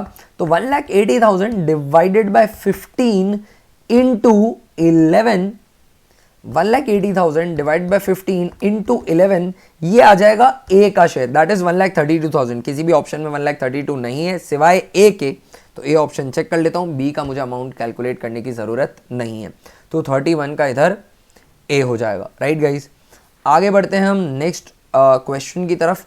P and Q are partners sharing profits in the ratio 9:7. R is admitted as a partner with 9/20th share in the profits, which he takes 1/5 from P and 1/4 from Q. Goodwill is valued at 1,80,000. ये देखो 1/5 from P बोला हुआ है और 1/4 from Q बोला हुआ है, मतलब ये P और Q के सेक्रीफाइस दे रखे हैं, ये इन्होंने एक्चुअली सेक्रीफाइस किया है। तो P का सेक्रीफाइस है 1/5 और Q का है 1/4। अब अगर मुझे इन सेक्रीफाइसिंग शेयर्स को रेशियो में बदलना होगा तो दोनों का बेस सेम करना पड़ेगा, यानी 5 और 4 के बीच में एलसीएम लेना पड़ेगा, वो हो जाएगा 20 का। तो मुझे यहाँ पे सिंपली बेस 20 का करना है ताकि मैं रेशियो की तरह इन दोनों को डिनोट कर सकूं। तो यहाँ पे मैं 4 और 4 से मल्टीप्लाई कर दूंगा, क्योंकि 5 को 4 से मल्टीप्लाई करता हूँ तो वो 20 होता है, तो ये 4/20 हो जाएगा। टेक्निकली मैंने 4/4 से मल्टीप्लाई किया, 1 से मल्टीप्लाई किया, कोई फर्क नहीं पड़ता। और यहाँ पर मैं 5/5 से मल्टीप्लाई कर दूंगा तो ये हो जाएगा 5/20। तो अगर मुझसे कोई पूछे कि सेक्रीफाइसिंग रेशियो क्या है तो वो आता है 4:5 का। अब गुडविल फर्म की वैल्यू करिए 180 की, आर आ रहा है 9/20 शेयर के लिए, तो आर की प्रीमियम फॉर गुडविल कितनी होगी 1,80,000 इंटू 9/20, ठीक है ना। तो 1,80,000 डिवाइडेड बाय 20 इंटू 9, तो 81,000 इनकी प्रीमियम फॉर गुडविल है। क्या ये अपनी प्रीमियम कैश में लेकर आ रहे हैं? तो क्वेश्चन में लिखा है कि R is goodwill of the firm is R does not bring his share of premium, तो इनका करंट अकाउंट डेबिट हो जाएगा। करंट अकाउंट डेबिट होगा 81,000 से, और ये 81,000 पी और क्यू के बीच में 4:5 उनके सेक्रीफाइसिंग रेशियो में डिस्ट्रीब्यूट हो जाएगा। तो 81,000 डिवाइडेड बाय 9 इंटू 4, पी का आता है 36। जिस भी ऑप्शन में पी 36 हो, अगर एक से ज़्यादा हो तो मैं डाउट करूंगा, नहीं ऐसा तो ऑप्शन नंबर सी जो है वो सेलेक्ट हो जाएगा। ये है क्वेश्चन नंबर 32 का सी ही सही है। तो ये ऑप्शन भी, ये क्वेश्चन भी हमारा डन हो जाता है। क्वेश्चन नंबर 33 की तरफ चलते हैं। Question number 33, PQR are partners sharing profit and loss in the ratio 5:3:2. S is admitted as a new partner for 1/5 share. P sacrifices 1/10 from his share in favor of X. S and remaining sacrifice was made by Q and R in the ratio 2:1. S brings his share of goodwill. His share of goodwill ही दे रखा है, सीधा उनका share of goodwill दे रखा है 60,000 का in cash. R's share of goodwill will be, R का share कितना होगा गुडविल में, ये हमसे पूछा है, ठीक है ना। तो चलिए इसको सॉल्व करते हैं। अब अपन पी क्यू आर पार्टनर है, पुराना ratio 5:3:2, S is admitted as a new partner for 1/5 share, S को मिल रहा है 1/5 शेयर, पी सेक्रीफाइस कर रहा है 1/10 from his share in favour of S. तो पहली बात, एस का शेयर कितना है, एस का शेयर है S is admitted for 1/5 share, 1/5 share के लिए आया। अब इसमें से P सेक्रीफाइस कर रहा है 1/10, तो बचा कितना, ठीक है ना। P's sacrifice is equal to 1/10 from his share, मतलब ये P का सेक्रीफाइस आगे से दे रखा है। अगर 1/10 P का सेक्रीफाइस है तो बचा हुआ शेयर कितना है, तो 1/5 minus 1/10 that's your remaining share of P, remaining share of S, I beg your pardon. S को बचा हुआ शेयर अक्वायर करना है, तो 1/5 माइनस 1/10 इज टेक्निकली 1/10। एलसीएम ले लेते हैं 10 का, चलो पूरा सॉल्व करके बता देता हूँ प्रॉपर्ली। तो एलसीएम लिया 10 का, 5 2 ज़ा 10, 2 1 ज़ा 2, माइनस 10 1 ज़ा 10, 1 1 ज़ा 1, तो 1/10 आया। ये 1/10 जो है ये कहाँ से मिला है, ये Q और R ने दिया, और वो भी 2:1 के रेशो में दिया है, ठीक है ना। तो अब हम पता कर लेते हैं कि Q's सेक्रीफाइस कितना होगा। तो 1/10 का 2/3 जो है वो Q सेक्रीफाइस करेगा, ठीक है ना, दैट इज 2/30, ये Q का सेक्रीफाइस है। और उसके बाद आ जाता है R, R's sacrifice would be equal to 1/10 का 1/3, दैट इज 1/30। ये किसका है, ये R का सेक्रीफाइस है। Q का सेक्रीफाइस पता चल गया, R का सेक्रीफाइस पता चल गया, और P का सेक्रीफाइस तो 1/10 पहले से दे ही रखा था। और 1/10 को अगर मैं इन्फ्लेट करना चाहूँ, रेशो बनाना चाहूँ, तो वो हो जाएगा 3/30। आगे देखते हैं मांगा क्या है। इन्होंने कहा है S bring his share of goodwill 60,000, calculate R's share of goodwill will be. तो आर का सेक्रीफाइस 1/30 है, जो प्रीमियम है गुडविल की वो है 60,000। तो अगर मैं सेक्रीफाइसिंग रेशो बनाऊँ तो वो बनता है 3:2:1, ठीक है ना। हमसे मांगा है आर का शेयर इन प्रीमियम, मतलब तीसरे पार्टनर का, तो वो हो जाएगा 3 + 2 5 + 1 6, 1/6, 60,000। तो उनका शेयर ऑफ प्रीमियम हो जाएगा 10,000 रुपये का। कैसे निकाला मैंने, 60,000 की जो प्रीमियम आई थी उसमें से 1/6 उनको मिलेगा, क्योंकि that is there sacrifice. Clear है क्या। तो that's your answer guys. S का शेयर ऑफ गुडविल दे रखा था, S brings his share of goodwill, मतलब ये प्रीमियम है। तो क्वेश्चन नंबर 33 का आंसर सी हो जाएगा। आगे बढ़ते हैं, ठीक बात है। नेक्स्ट क्वेश्चन की तरफ चलते हैं हम। नेक्स्ट क्वेश्चन कहता है x limited forfeited 500 shares of 10 each, 8 called up, 8 ही मंगाया है हमने, on which Manu had paid application allotment money of 3 per share. Of these 300 shares were issued to Sonu as fully paid for 9 per share. What is the balance in share forfeiture account after the relevant amount has been transferred to capital reserve? Capital reserve में transfer करने के बाद share forfeiture में कितना बचेगा। तो इसी video में मैंने पहले समझाया था आपको कि अगर बैलेंस इन शेयर फॉरफीचर पूछा है तो अनफॉरफिटेड शेयर्स, सॉरी नॉट री इशूड शेयर्स, फॉरफिटेड शेयर तो ऑफकोर्स रहेंगे ही रहेंगे, फॉरफिटेड शेयर्स में से जो री इशू नहीं हुए उन पे अमाउंट पेड जो है वो शेयर फॉरफीचर में बच जाएगा। फॉरफिट किए थे मैंने 500 शेयर, री इशू किए मैंने 300 शेयर, मतलब 200 शेयर ऐसे हैं which are yet to be reissued. इन पे amount forfeited, what is the amount forfeited which has been paid, what is the amount paid here. Manu had paid application allotment of 3 per share, तो 3 per share के हिसाब से 600 रुपये हो जाएगा। 34 का डी, इतना सिंपल है कैलकुलेट करना, आपको कोई फॉरफीचर वगैरह की एंट्री डालने की ज़रूरत नहीं है। तो 34 का आंसर है डी। आगे बढ़ते हैं दोस्तों। Given below are 2 statements, assertion reason का क्वेश्चन है। Partnership deed is a written agreement containing the terms agreed by the partner, partnership deed बिल्कुल सही बात है, अगर डीड लिखा है तो रिटर्न अग्रीमेंट ही होगा। Reason partnership deed lays down the rights duties and obligation of partner, तो असर्शन भी सही है, रीजन भी सही है और दोनों एक दूसरे से कंटेक्स्ट में भी हैं, तो ए ऑप्शन हो जाएगा 35th का आंसर है ए। आगे बढ़ते हैं हम, नेक्स्ट क्वेश्चन करते हैं 36। असर्शन रीजन है called up capital can not exceed issued capital. Called up capital जो मंगाई इशूड से ज़्यादा कैसे मंगाओगे, तो ये स्टेटमेंट बिल्कुल ट्रू है, करेक्ट बात है ना। Paid up capital can not exceed called up capital, जो मंगाई है उतना ही इंसान पे कर सकता है, उससे ज़्यादा पेड अप कैपिटल नहीं हो सकती। अगर उसके ऊपर अगर वो कुछ दे देगा तो वो कॉल्स इन एडवांस में क्लासीफाई होगा, that can not become capital. Capital can not be received until and unless it is called, तो paid up capital can not exceed called up capital, ये भी सही बात है।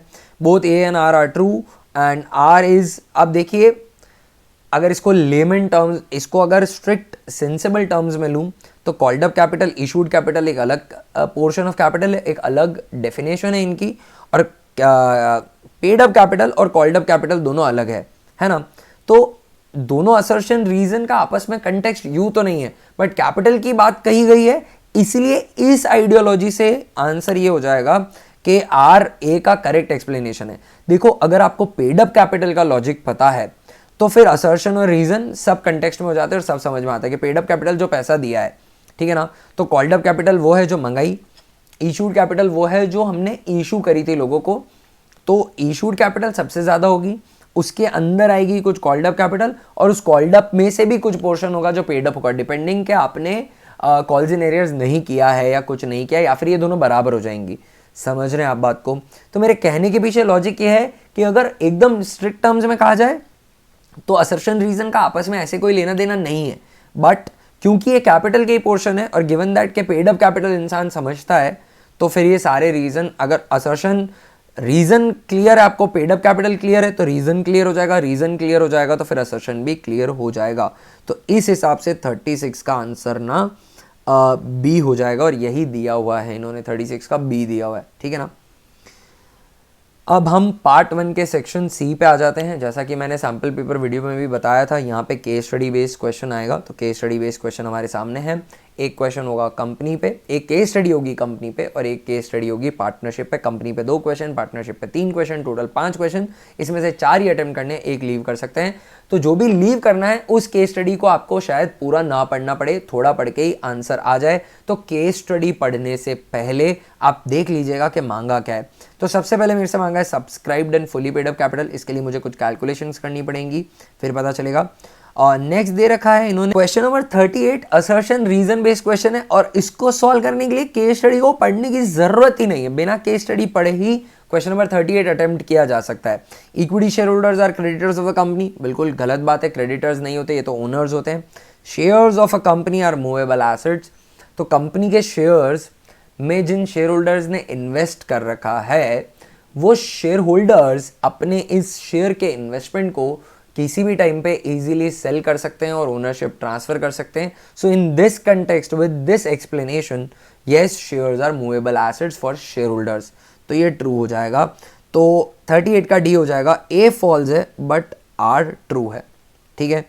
अब इसके बाद पार्टनरशिप वाला केस दे रखा है, तो मैं बचे जो इसके ऊपर वाला क्वेश्चन है उसको सॉल्व करने के लिए मैं ना जो केस गिवन है उसको पढ़ लेता हूँ। X limited issued 1 lakh shares for subscription to the public at a premium of 3 per share.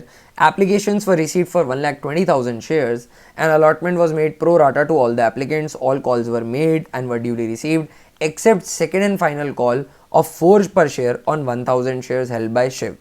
His shares were forfeited and afterward reissued at 8 per share. Forfeit भी कर दिए, री इशू भी कर दिए। Subscribed and fully paid up capital पूछी, बहुत easy हो गया ये, 1 लाख शेयर्स हैं, फोरफीट किए, चलो ठीक है, जो भी कॉल्स इन एरियर्स रहा होगा, क्रेडिट वगैरह हो गया, खत्म हो गया, जो अमाउंट पेड होगा शेयर फॉर फ्यूचर में होगा वो कैपिटल रिजर्व में चला गया। ये फोरफिटेड शेयर हमने री इशू कर दिए, तो री इशूड आदमी को, री इशूड पर्सन को हमने 8 रुपीज़ में री इशू किया है, पर फुली पेड अप है तो बचे हुए 2 रुपये हमने शेयर फॉर फ्यूचर से प्रोवाइड किया होगा। तो पार्टली पेड कुछ भी नहीं है और सब पे सब आ गया, कोई भी एरियर नहीं चल रहा है। तो 1 लाख इंटू फेस वैल्यू 10 की अज्यूम करते हुए 1 लाख इंटू 10 लाख आंसर हो जाएगा। एज सिंपल एज दैट, ये डन हो गया क्वेश्चन, ठीक है ना। तो बहुत ही simple case study based question दे रखे थे, काफ़ी सिंपल था ये। तो एक्चुअली ये दोनों केस स्टडी बेस्ड क्वेश्चन थे भी नहीं। आगे बढ़ते हैं केस बेस्ड एमसीक्यू दे रखा है पार्टनरशिप का, ए और बी पार्टनर है और profit and loss sharing ratio 3:2 का, they admitted C with effect from 1 April 2021, new profit sharing ratio दे रखा है 4:3:3 का, एक्सट्रैक्ट दे रखा है बैलेंस शीट का, बैलेंस शीट के अंदर वर्कमैन कंपनसेशन रिजर्व दे रखा है। सिर्फ वर्कमैन कंपनसेशन रिजर्व का एडजस्टमेंट मांगे तो मुझे सेक्रीफाइसिंग रेशियो नहीं चाहिए, मुझे ओल्ड पार्टनर्स का ओल्ड रेशियो चाहिए जो कि दे रखा है 3:2। सेक्रीफाइसिंग रेशियो मैं कैलकुलेट नहीं करूंगा। आगे इसके बेसिस पे हमें नीचे वाले केसेस सॉल्व करने, बहुत सिंपल क्वेश्चन लग रहा है ये। If there is no other information in respect to workman compensation reserve, तो ये 90,000 का जो वर्कमैन कंपनसेशन का रिजर्व है ये पार्टनर्स के बीच में उनके पुराने रेशियो में डिस्ट्रीब्यूट हो जाएगा विच इज 3:2।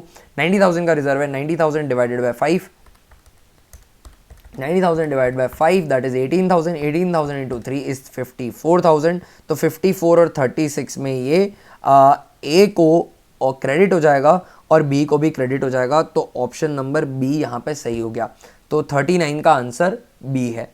ठीक है, आगे बढ़ते हैं। 48 क्वेश्चन देखते हैं। क्लेम है वर्कमैन कंपनसेशन पे 60 का, रिजर्व 90 का है, तो 90 में से 60 का रिजर्व प्रोवाइड हो जाएगा और बचा हुआ 30 डिस्ट्रीब्यूट हो जाएगा 3:2 में ही, तो 3 + 2 इज 5, 5 6 is 30, 6 3 is 18, तो ए क्रेडिट हो जाएगा 18 से और बी क्रेडिट हो जाएगा 12 से, तो 40 का भी सी सही हो जाता है, 40 का भी सी सही है। इसके बाद चलते हैं 41 पे। क्लेम है वर्कमैन कंपनसेशन पे 150 का, रिजर्व 90 का है, तो 150 का क्लेम है तो बचा हुआ रिवैल्यूएशन अकाउंट से डेबिट करके प्रोवाइड करना पड़ेगा, दैट इज 60,000। तो वर्कमैन कंपनसेशन रिजर्व 90 से डेबिट हो जाएगा और रिवैल्यूएशन 60 से डेबिट हो जाएगा, 41 का भी सी ही होगा। So very easy case study based question in this paper I would say. ठीक है ना, आगे बढ़ते हैं। अब आ जाते हैं हम पार्ट 2 पे।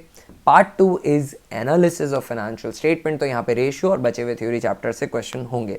फटाफट से क्वेश्चन सॉल्व कर लेते हैं इसके। यहाँ पर 42 to 48 क्वेश्चन है, बट उसमें से हमें 5 ही अटेम्प्ट करने, पर मैं सारे अटेम्प्ट करूंगा। Match the following, share holders fund plus non current liabilities. Share holders fund और नॉन करंट लाइबिलिटीज को आपने ऐड कर दिया तो बेसिकली आपकी कैपिटल एम्प्लॉयड आ जाएगी। ठीक है ना, shareholders fund plus non current liabilities. Non current liabilities are given that के नॉन करंट लाइबिलिटीज के अंदर लॉन्ग टर्म प्रोविजंस का कंसिडरेशन नहीं हुआ है क्योंकि वो क्लासिफाई नहीं होते, बट लिमिटेड इंफॉर्मेशन में ये स्टेटमेंट ठीक है। ठीक है ना, current assets minus liquid assets, तो इन्वेंट्री हो जाएगा गिवन दैट के प्रीपेड ना हो ऑफ कोर्स, तो ए हो जाएगा इनका।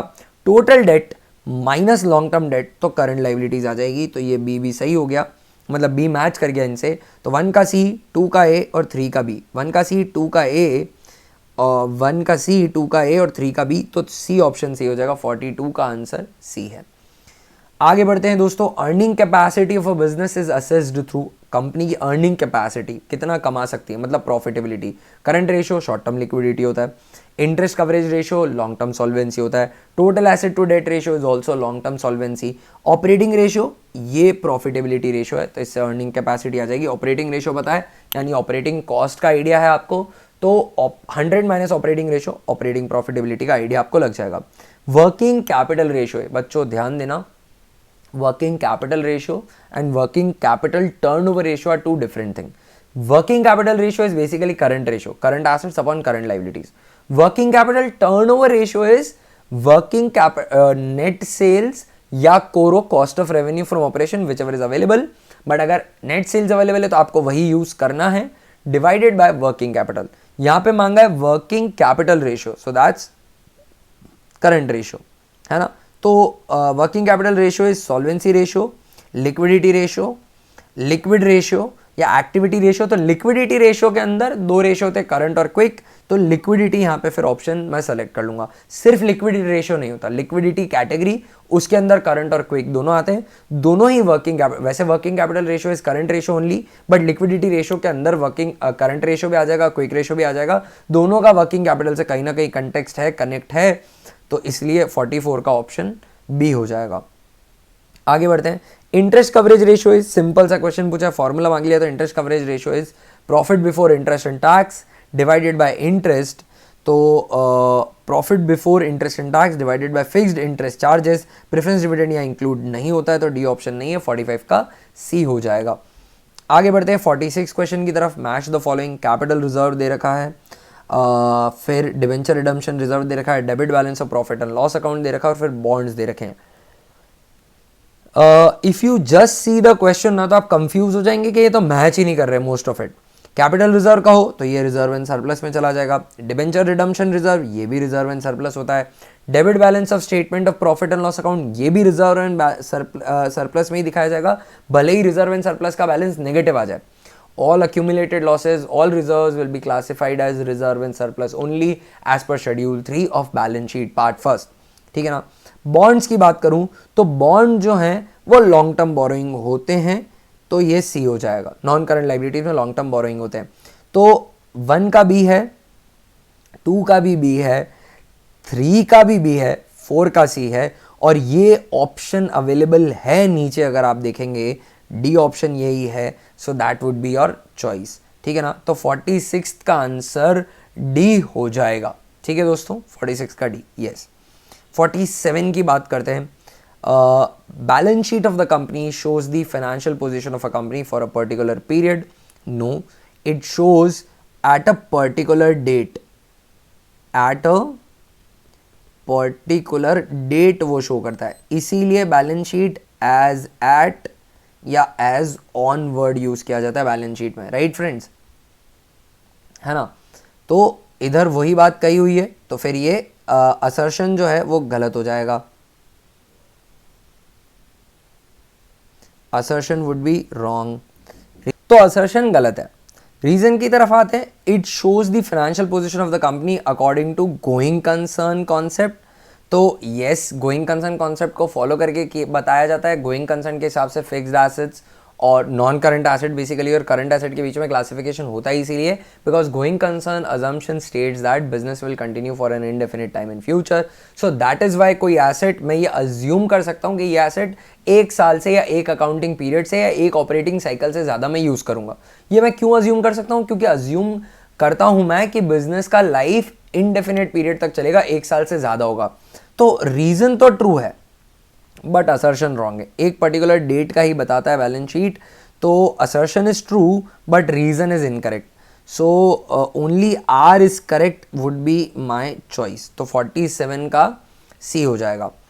आगे बढ़ते हैं, क्वेश्चन नंबर 48 की तरफ चलते हैं। क्वेश्चन नंबर 48 कहता है अ रेशियो रिफ्लेक्ट्स क्वालिटेटिव एस्पेक्ट्स। तो गलत बात है ये। A ratio does not reflect qualitative aspects. It cannot. Why? Because a ratio is calculated on financial figures which are present in balance sheet or statement of profit and loss account. And accounting is not done on qualitative aspects. ये accounting का limitation है।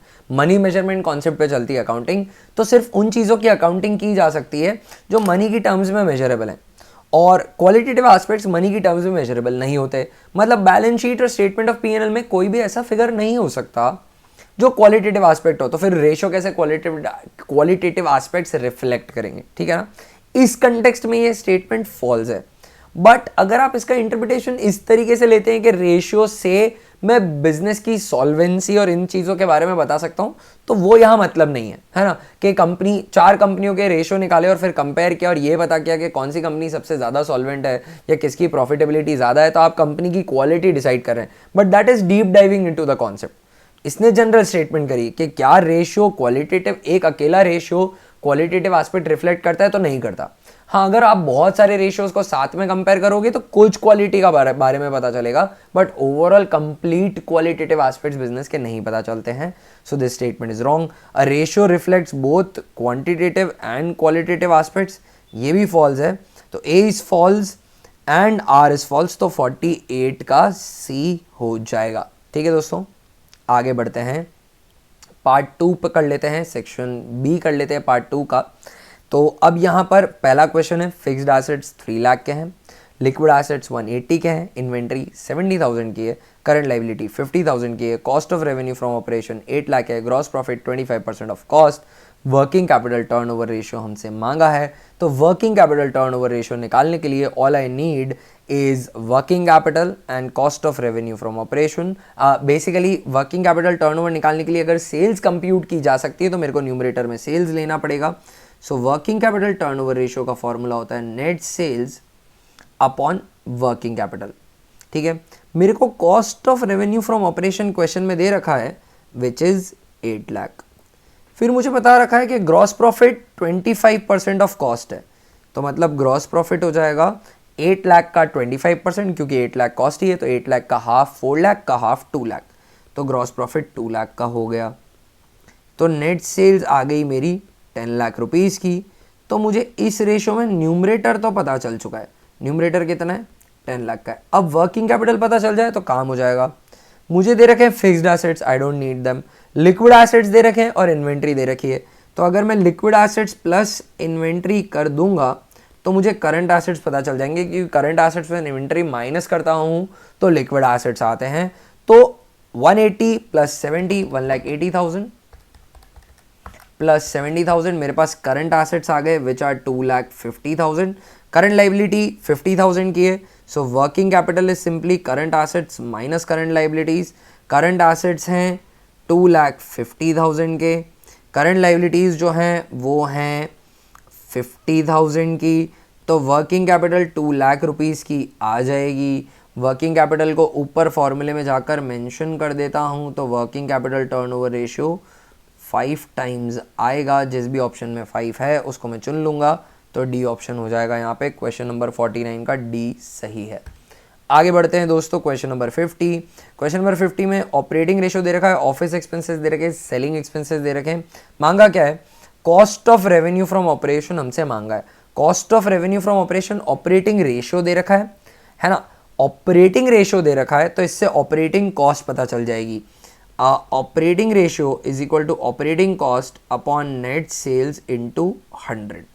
ठीक है, operating cost में इससे पता कर लेता हूं।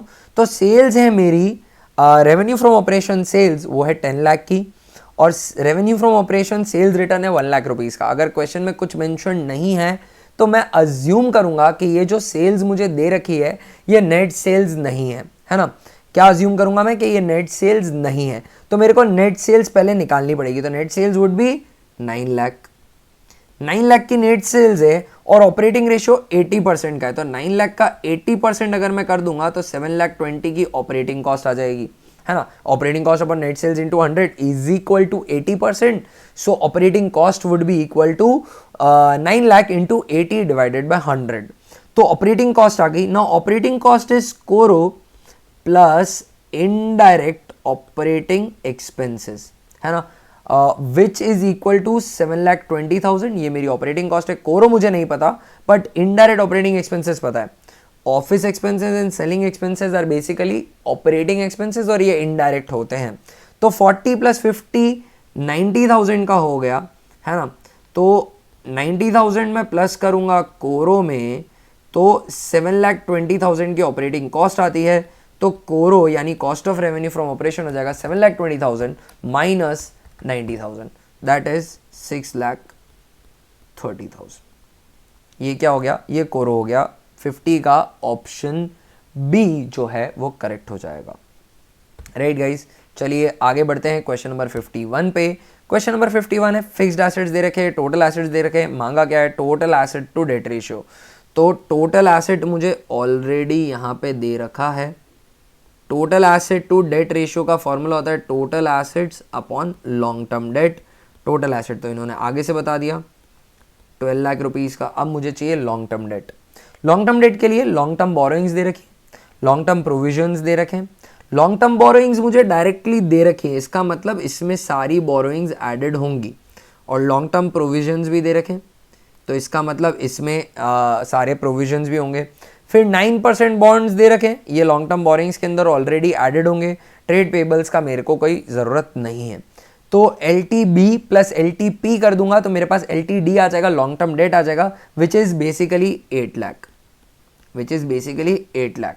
सो 12 डिवाइडेड बाय 8 आंसर आता है 1.5:1, तो 51 का ऑप्शन सी हो जाएगा। 51 का ऑप्शन सी हो जाएगा। तो ये जो 9% बॉन्ड्स है ना, ये हमको कंफ्यूज करने के लिए दे रखा है, हमको डिस्ट्रैक्ट डाइवर्ट करने के लिए दे रखा है, काम का नहीं है हमारे लिए। क्वेश्चन नंबर 52 देखते हैं। Which of the following is not shown as current liability in the balance sheet of the company as per schedule 3 of companies act. कौन सा करंट लाइबिलिटी नहीं है, तो ट्रेड पेबल्स है, शॉर्ट टर्म बोरिंग्स भी है, शॉर्ट टर्म प्रोविजंस भी है, डेफर्ड टैक्स लाइबिलिटी नहीं है, deferred tax non current liability होता है। तो सी ऑप्शन यहाँ पे 52 का सी हो जाएगा, बिल्कुल सही बात। आगे बढ़ते हैं 53।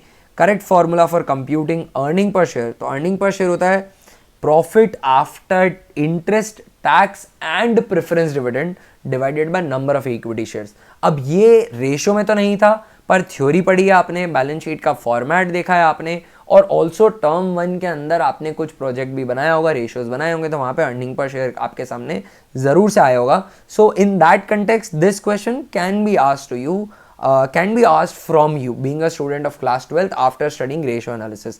तो अर्निंग पर शेयर का फॉर्मूला था net profit after tax and preference dividend upon number of equity share, not all shares, equity shares.